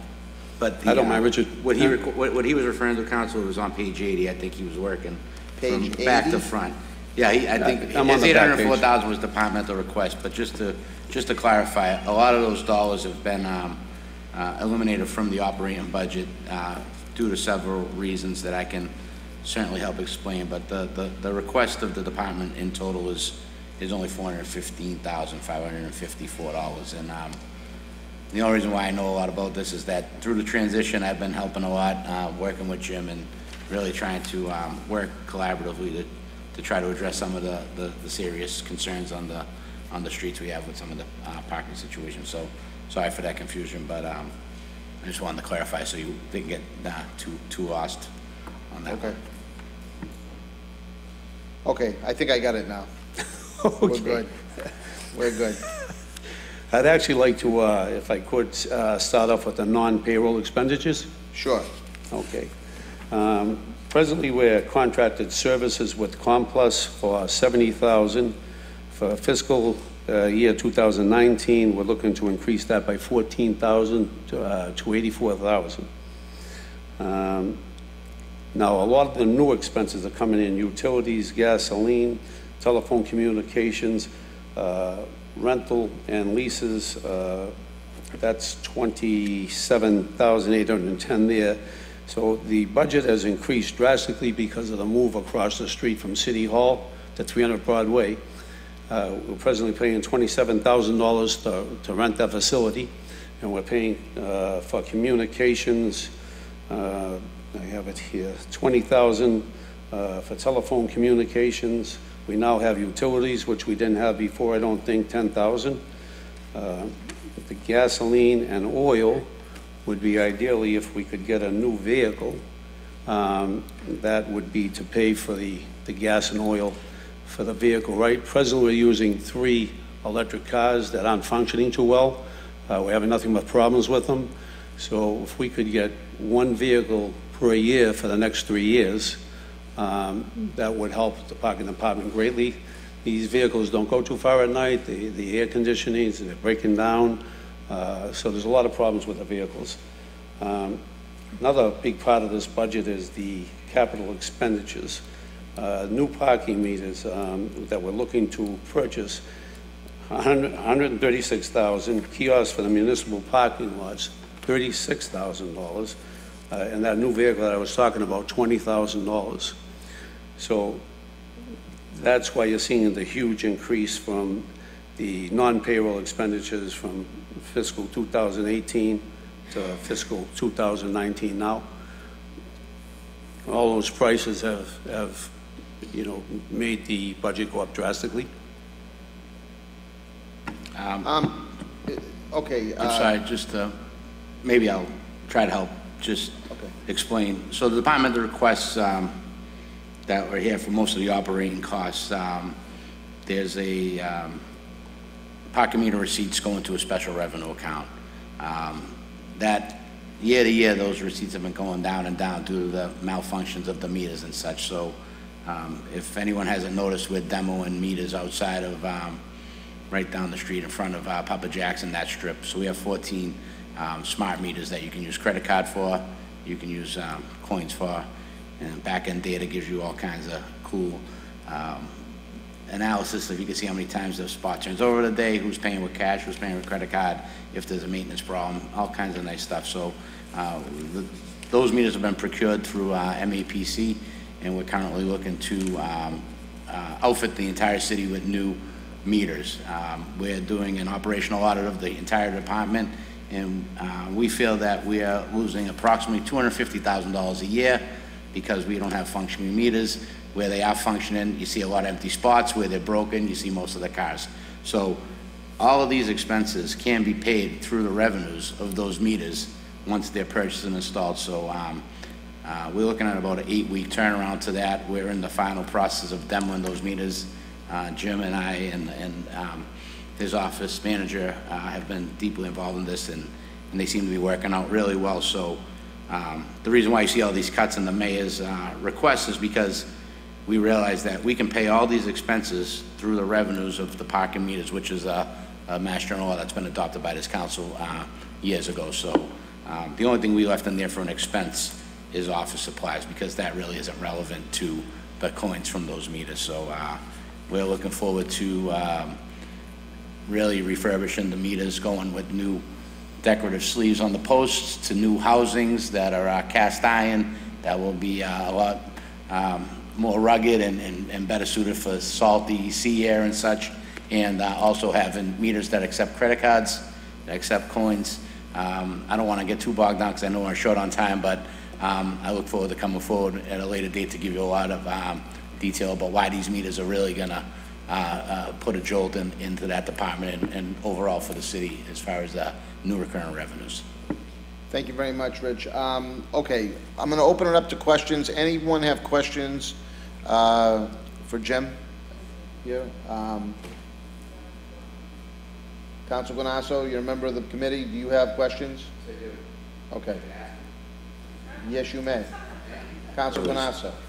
Jim, I'm more concerned with the live parking people that ticket people that are parking illegally and parking overnight with these trucks and stuff like that. And I didn't hear any of that in conversation that we've had here. That's the most important part of our community, is after 5 o'clock, when everybody comes home with their pickup trucks and their ladders and their 2 4-wheelers and all these stuff in the back, and they park in front of someone's home.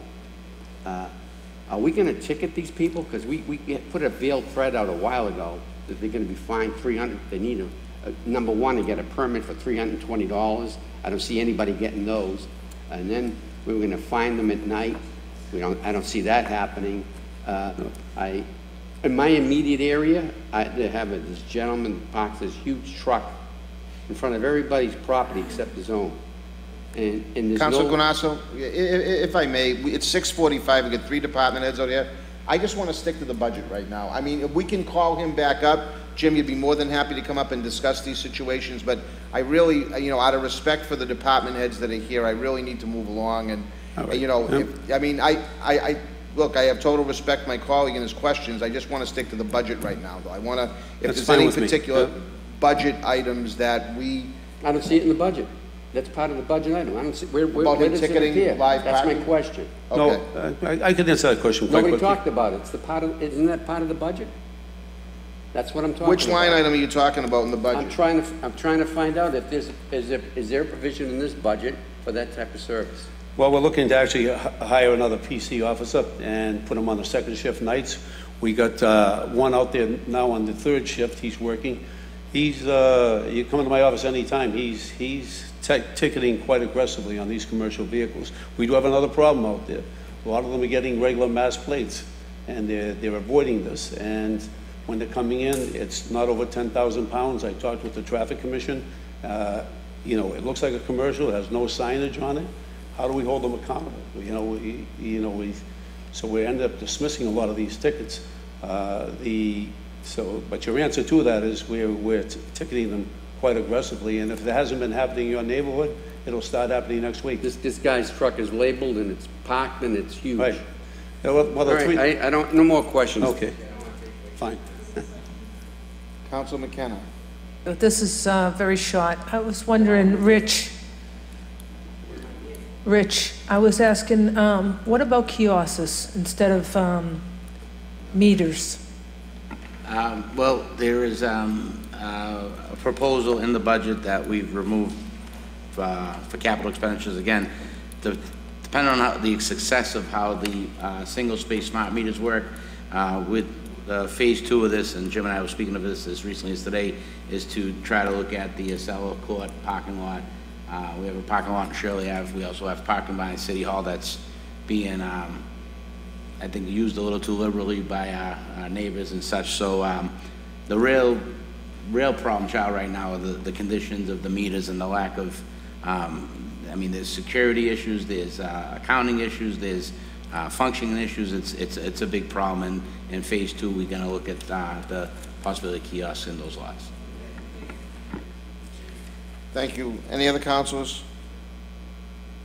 Councilor Patch. Thank you, Mr. Chairman. First of all, I want to recommend that, I know you've only been working a short time. 7 weeks. Oh, God, 7 weeks. But I want to tell people out there that the former parking clerk who you replaced was a disaster. So you're taking, I knew you had to take over and really start from the bottom. And you being a lifetime Revere resident, which I know, and the other guy had no clue, coming from New York or wherever he came from.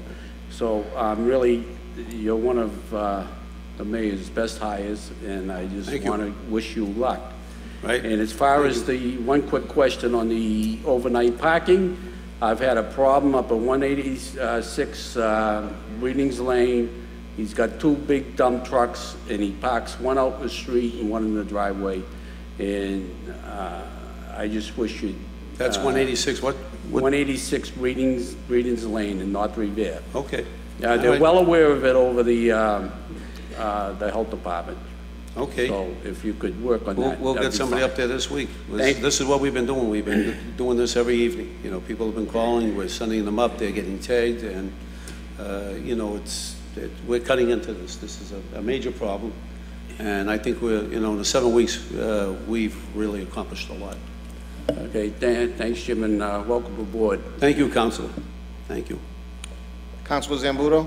Just really quickly, you know, I don't want to beat up the guy that's gone. It's like I feel like we're going after the dead. But we didn't get it right with that hire, but we certainly got it right with this hire. You know, this gentleman here is, my colleague said, is a Revere guy who's a first-class individual, and I couldn't be happier. I think he's one of the best hires this administration has done. I was shocked and surprised and happy, and happy to welcome aboard, and we're lucky to have you, and I know what you've done in the short period of time. We're expecting great things from you, and we know we'll get them. Thank you. Thank you, Councilor Zambudo. Thank you. Thank you very much. Any other questions? Councilor Morbido? Quick question, Mr. Viskey. Is there any funds allocated for security cameras in that building?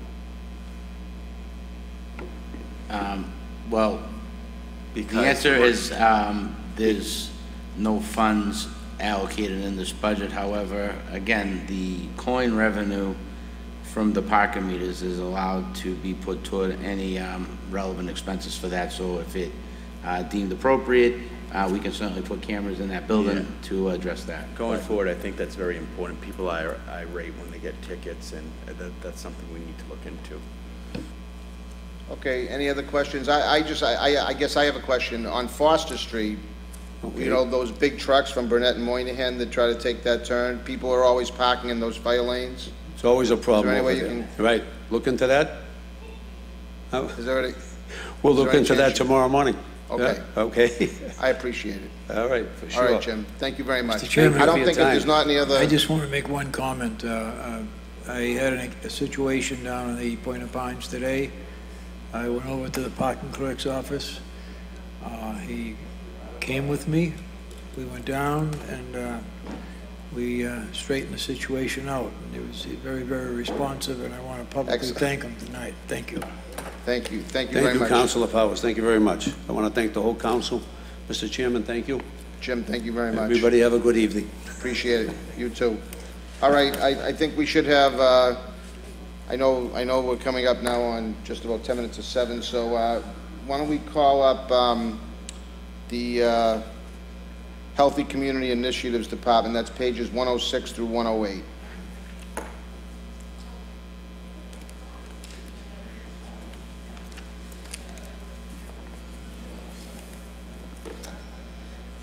Good evening. Good evening, Chairman. Good evening, City Councilors. So the budget for Healthy Community Initiatives is short. Permanent salaries on page 106 includes myself and Julie DeMauro, and a current vacant position for neighborhood organizer due to the transfer of Al Baker to economic development. Educational incentives for staff currently. Telephone is staying current. Telephone is cell phone for the neighborhood organizer, and also mobile Wi-Fi for the farmers market. Office supplies is also staying at 1,000, and computer operations is also remaining.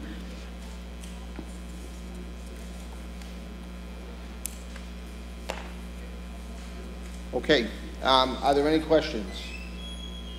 Relatively straightforward budget. Any questions from the City Council? Okay, I think that, you know, we've had a chance now to look at it. We'll have a chance to look at it over the next few days, and we'll make any recommendations this Monday. Okay, thank you. Thank you very much. Have a good night. Thank you. Next department will be the Substance Use Initiatives. That would be on page 109 through 111. Good evening.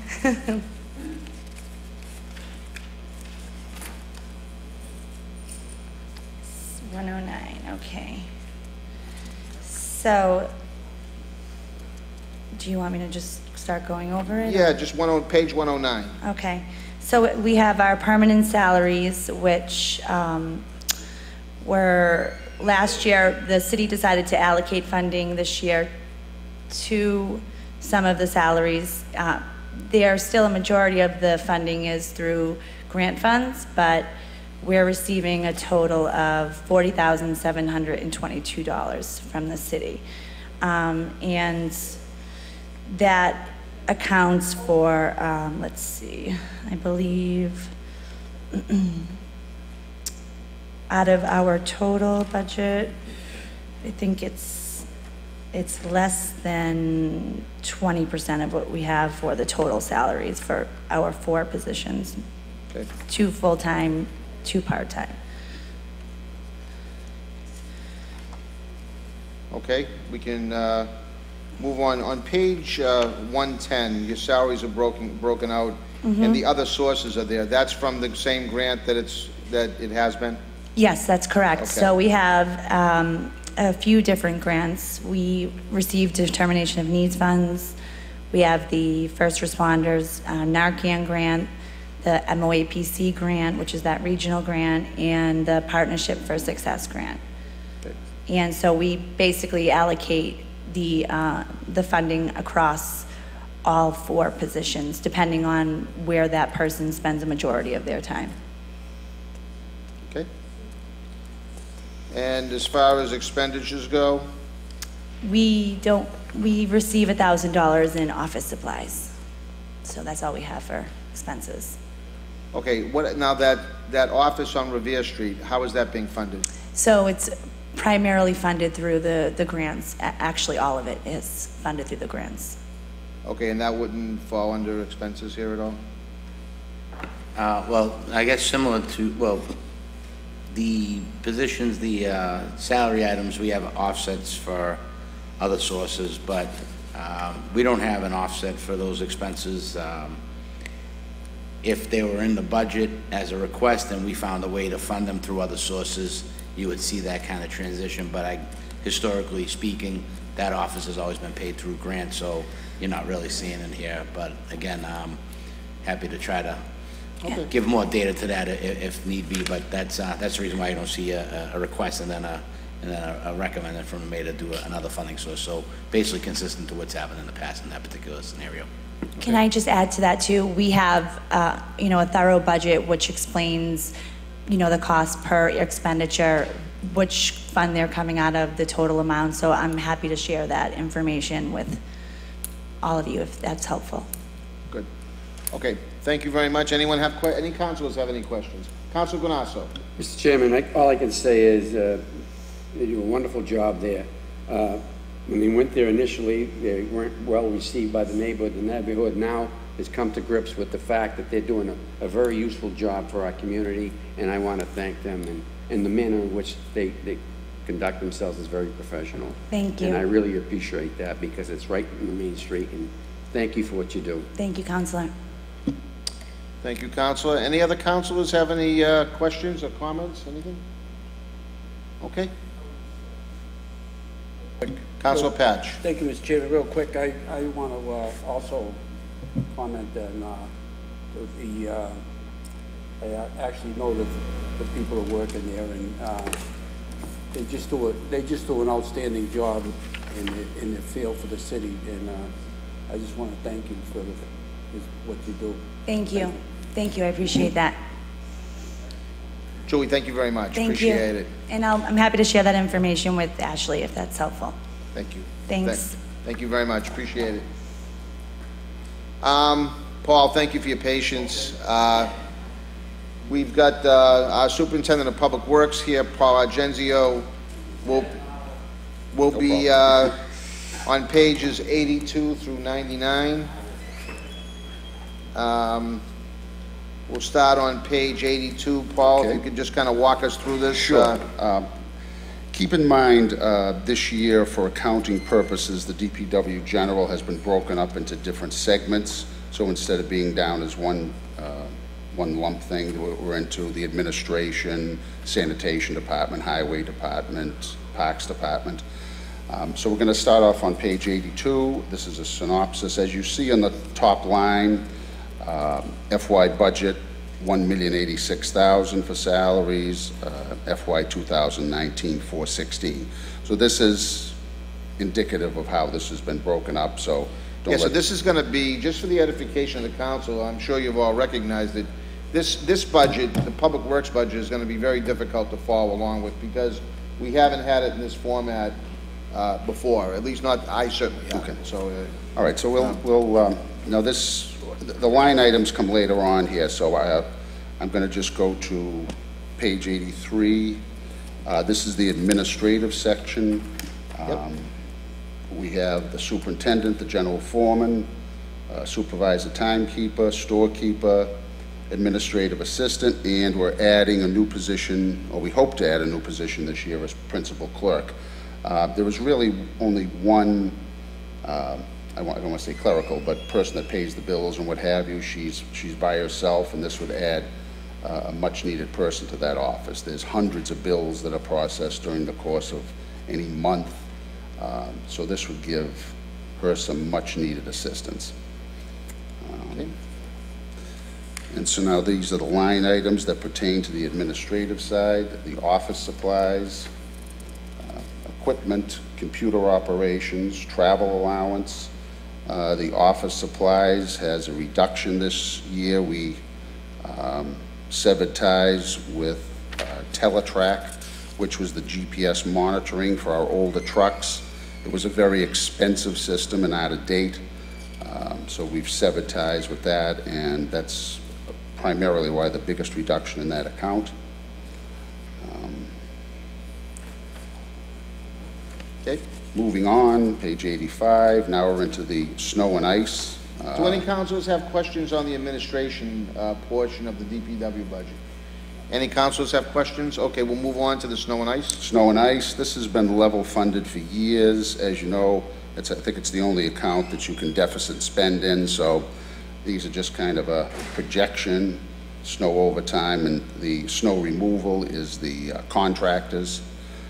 We have the GPS units that we now use for all contractors, and we take that out of that account now. So all contractors now are in possession of GPS units during snow removal operations. That's shown on page 86 also. Now we're getting into the highway division. page 87, it explains more in the coming pages. Now we get into the employees. Okay, of the, okay, let me just stop you 1 second. Sure. Any councilors have any questions pertaining to snow and ice? Okay. So we're moving on now to the Okay. highway division. Okay. Okay, so now these are the employees. As you see, we have 1, 2, 3, 4, 5, 6 positions. We are adding 2 positions, hope to add 2 positions to this department. In general, in the general DPW budget, we hope to add 5 positions plus 1 clerical. So 2 of the positions would go into this department. Some much-needed labor force help that I think we've been asking for, and this year we're see it in the Water Sewer Enterprise Fund. They got 5 employees last year. Now this year the general side will be getting some employees if the budget is passed. As we go through the line items, street signs, that's been level funded. That's for all our street and memorial signs. Contracted painting services, this is the painting of crosswalks and traffic controls. You'll see a small reduction there this year because I think the City Council a few weeks ago passed a capital expenditure directed at a lot of crosswalk and painting services. So with that money being there, we were able to reduce that line item this year. Contracted pothole and trench repair. We have a contractor in place that if the city forces get overwhelmed, we can rely on a contractor to help us out with larger trench repair. Street sweeping, pretty much speaks for itself. Catch basin, lateral line cleaning. As you see, that's been removed from this side of it and moved over to the enterprise fund side. Traffic signal repair, that's for all our traffic signals throughout the city. Our materials account buys asphalt and supplies that we need to run the highway division. And new equipment, last year we had a line item in there for $25,000. That's been cut down to 10. And that new equipment is basically smaller stuff, lawnmowers and compactors and things that the highway crew may need. Any questions on? Any questions pertaining to the highway division? Anyone have any questions pertaining to highway? Okay, now we're into... Moving on to page 90. Page 90, Parks and Open Space. We have 1 employee in there now. We hope to add 2 positions to that department. That's on page 91. On page 92, we have spraying and planting. That purchases all the flowers and fertilized lawns and even purchasing of holiday decorations. Next line item is tree removal. Small reduction in that account. Again, a capital expenditure was made a few weeks ago, and there's some money in there for tree removal. So using that money, we were able to reduce this a little bit. Field maintenance, that's for all our landscapers and contractors that take care of our athletic fields and parks and playgrounds. Miscellaneous tools, police details, if we need something for our tree removal crews or crews that paint the crosswalks and things. That's what we use. Capital maintenance and repair. That's kind of used for larger playground repairs around the city. If we have large sprinkler system repairs, things of that nature. That was level funded also. Now the sanitation division. Paul, if I could just stop you one Sure, second. sure. Does anyone have questions with respect to park and open space? I'm just, maybe we're just moving through this very quickly, but I'm looking on page 92 at the bottom. So there was an FY18 total payroll expense of $318,000, correct? In FY19, it's $435. Is that because of the hopefully the new you're employees? proposing 2 new hires in that Yes. department, correct? Yes. Okay. All right. So, page 93, sanitation. Okay, sanitation, a few weeks ago, the city council authorized a revolving fund. Go ahead. No, you didn't authorize a revolving fund. We've proposed an enterprise fund for solid Oh, an waste. enterprise fund, excuse And me. it hasn't been authorized yet. Okay. We hope to have it so, but just to clarify, Okay. sorry. All right, no problem. Thanks for the clarification. The sanitation division, we have 3 current employees, and we're adding 1 to that department, hopefully. That's on page 94. As you see, I think page 95 reflects the move to the enterprise fund, which we'll talk about in a few minutes when we get to that. Is that correct? If I may, and I know this might be a little confusing, so before the questions come up, just like we did for most of the other salaries, we offset all the salaries for sanitation, other sources. It'll show up in the enterprise fund part of this budget, so basically you'll see the total salaries and it's basically netted out to 0, and quite the same on the expenditure part. So basically, hopefully it helps, but maybe it's confusing, but we wanted to represent how it would have been if it was a general fund. But again, we're hoping to make this more of a business operation like the water and sewer. The only difference will be that water and sewer is fully cost recovery through the revenues, and you'll see when we get to the enterprise fund for trash that it's heavily subsidized by the general fund, but there are revenues that are associated with trash that we hope to offset the cost of that. And I'll explain that further when it comes time, but just hope that help you a little bit when you saw that. Okay, thank you. And then moving on to page 96, this reflects the facilities public property. This would be mainly the custodial staff. Currently on page 97, we have 4 employees. And on page 98 is the...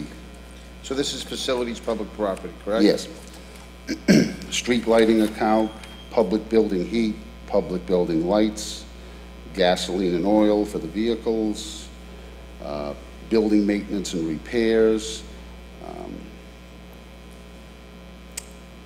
maintenance of equipment, contracted services. Contracted services is the inmates, and we've added the ROCA crews to this to help out with maintaining our empty lots and things that we get a lot of complaints about. Rentals and leases, that now covers the lease for the trailers and the rental of the land that the trailers sit on, which arrived a couple of weeks ago. Drainage and sewer maintenance has been moved to the enterprise fund side of the house. We'll address that when we get to it in a few minutes. Rental and equipment lease, a copier, storage space for records that we have off-site. Culvert cleaning. We didn't use quite as much money as we had last year, so that's been reduced by $50,000. This is just for mowing of phragmites and what have you. It's not for ditch cleaning or anything like that, so it's a small amount of money we use for spot areas. Janitorial supplies, that's toilet paper, paper towels, and what have you. And I think that's it. Any councilors have questions on the facilities public property division? Council Powers. My questions are related to something that Paul just mentioned with reference to the ditch cleaning. Yes. As you know, that we're doing a lot of drainage work down on the Ponset Street, Sagamore Street, even we're going to be starting some more down in Oak Island. What do you anticipate you would have for cleaning the Eastern County ditch?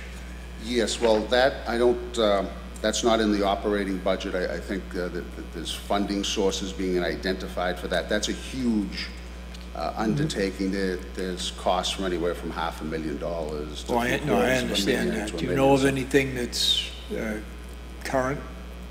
We are, next week, I believe, with the help of the DPW, we're taking scoops out of there to get the sampling done. Weston and Sampson's going to do the sampling for us to see what we're up against as far as what kind of materials are in there, or how hazardous or non-hazardous they are. We're hoping they're non-hazardous. So that's the first step. Okay. Thank you. Is that it? Thank you very much, Colin. Any other councilors have questions pertaining to that last item? Okay, so I think at this point we'll move on to the enterprise funds. Well, we got the solid waste enterprise fund. I know there was some interest about barrels being purchased. Okay, the city is on page 11, rubbish disposal. Unfortunately, with okay, where Paul, you're going to have to help me out here. Sure. Where are we looking? Page 11. Page 11 under section 2. Under section 4. Under section 4. Okay, well that's kind of what. Yeah. So I was on. I was in section 4 on page 1. You want to go right to page 11. So yeah, I think it's the information is more interesting there. So, yeah, we'll just skip by the 24 million in the water and sewer enterprise fund, and we'll head right to the trash barrels. Right. So as I don't know if everyone's aware, the bottom has fallen out of the recycling market. And a year ago, we were disposing of our recycling for free.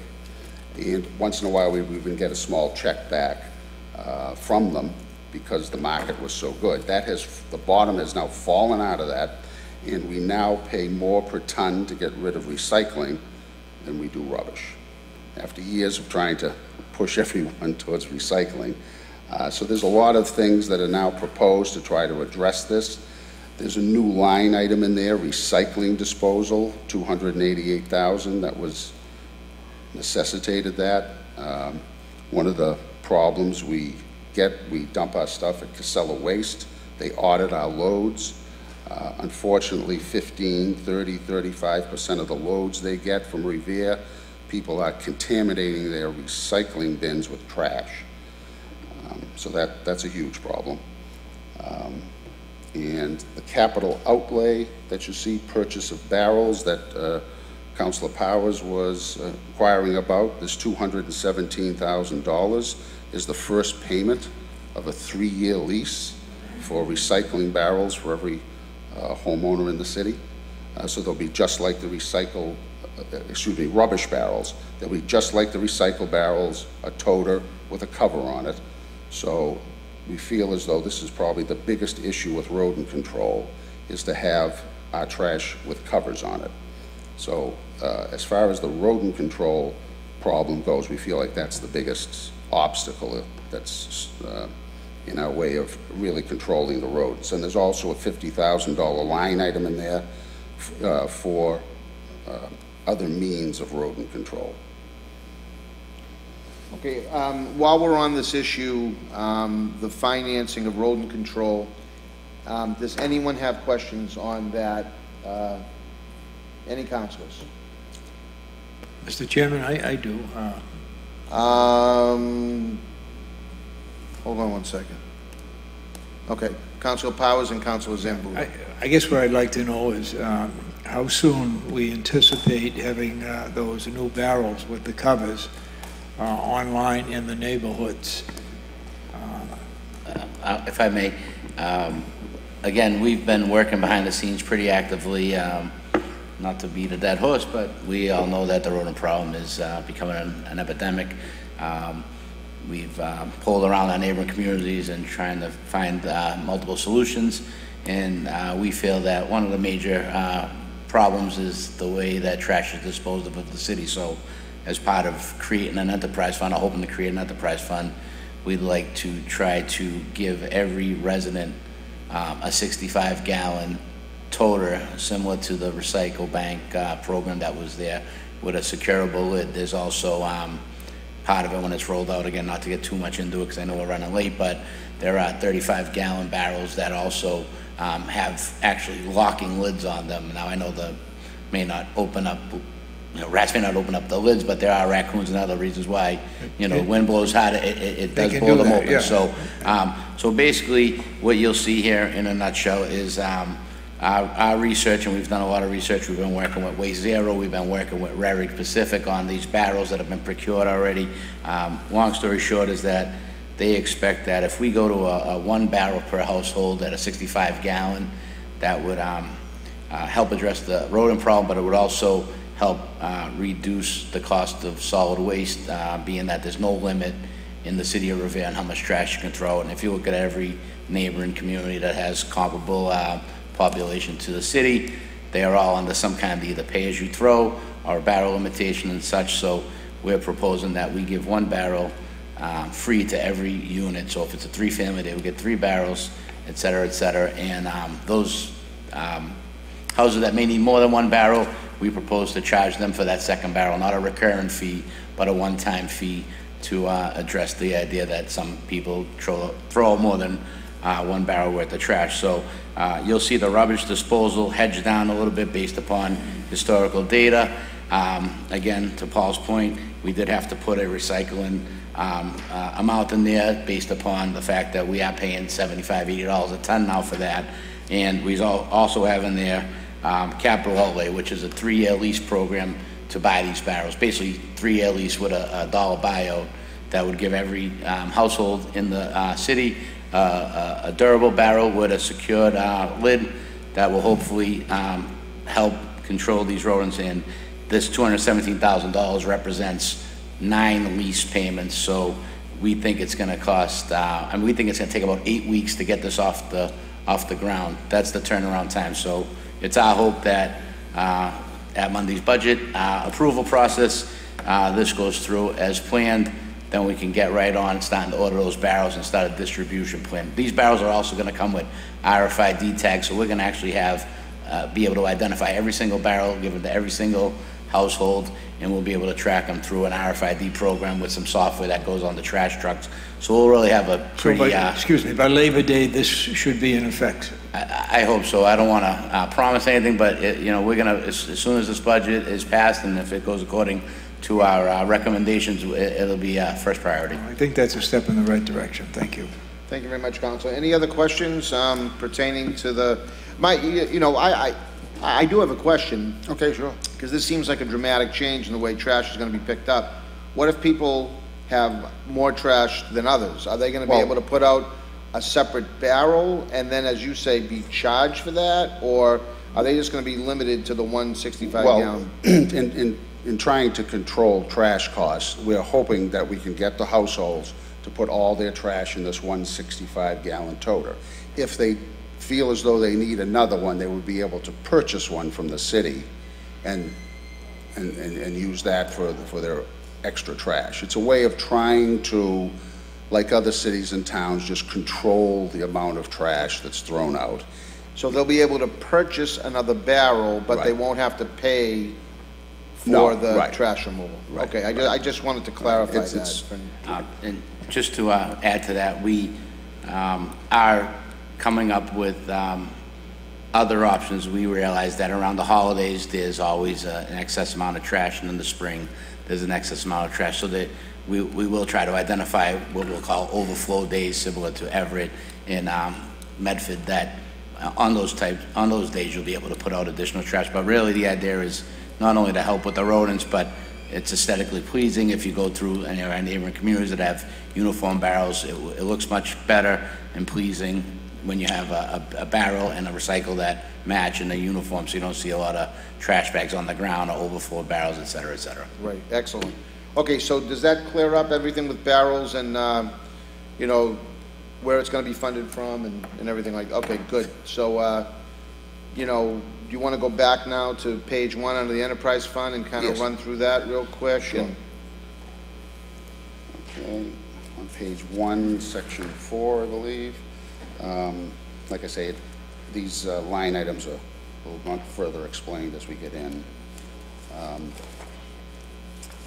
So, I mean, just before you get started, I just have a question. I mean, I'm looking from the FY16 actual budget, which was $674,000, and just in a few years, it's escalated to $1.3 million. The budget's almost doubled there. Can you just account well, for that? we added 5 employees last year to that department, so Okay. that is a major increase in funding.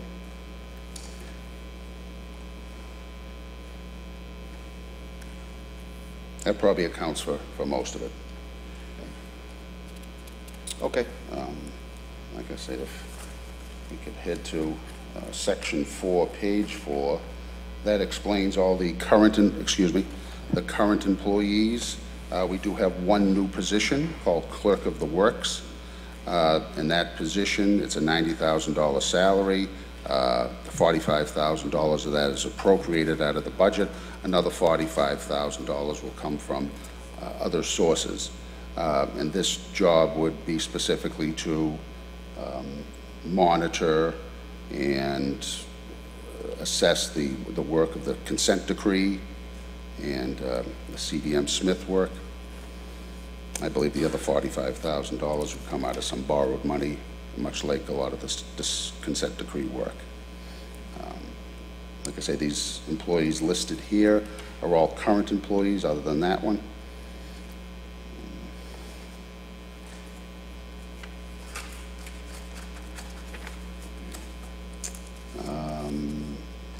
On page 5 is the specific line items. Mostly everything, I believe. It's all level funded. Just level funded, yes. Gasoline and oil, telephone communications, the assessments for the water and sewer. Going back, I think you're still on page 5, the pest rodent control, that's just where the money is coming from? Well, yes, there's $50,000 on the general side, there's $100,000 on this side. Okay. And especially doing sewer work and working in the catch basins and the marshes, we felt it was appropriate to put the money in there to kind of keep our own house in order. If I may, I think it's worth noting, because it's such a large number, that being new here, but having familiarity with the MWRA assessments, it does appear that a lot of the capital work that's been going on is starting to trickle through to our assessments. We did have a very, very small increase to our sewer assessment and a very moderate increase to water, much less than the average of the entire MWRA. So while obviously the debt service payments will go up for that, you are starting to see a lot more accountability to the water and a lot less sewerage being seeped out. So I think that's pretty good news. Thank you. Okay. And again, now we're on page 6. Again, everything is pretty much level funded. Outside legal services has come down a little bit. That's directly related to the consent decree.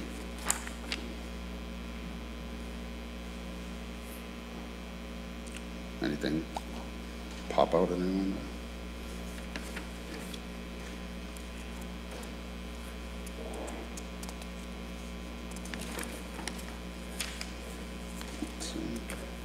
And the last page concerns bonded debt and interest on short-term debt and long-term debt.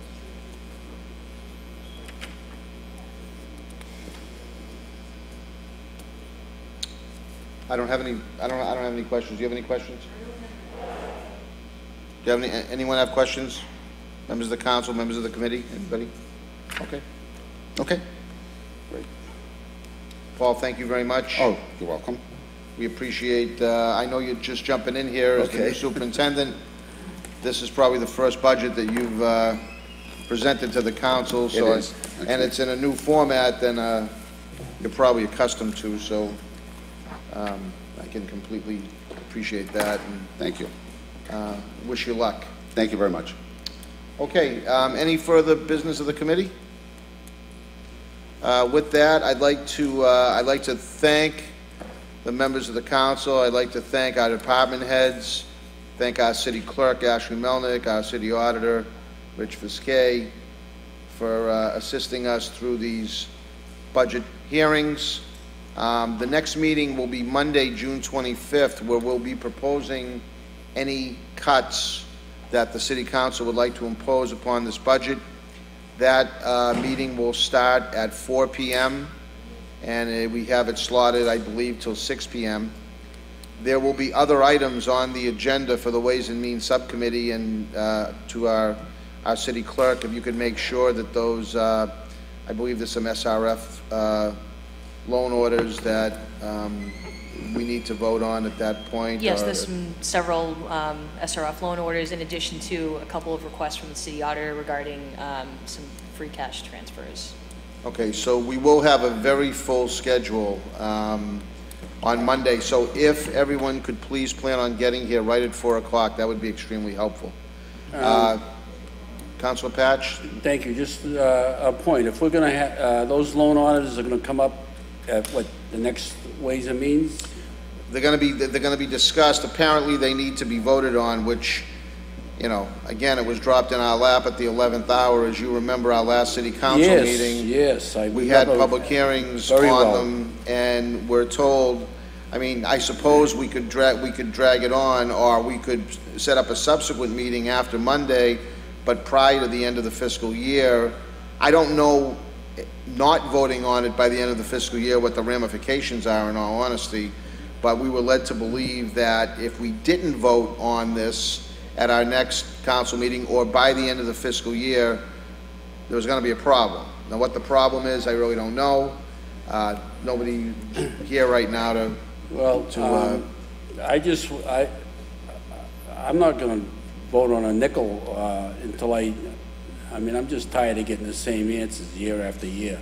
I asked the same questions and a breakdown of these orders and from CDM Smith, and we just don't get the information we request.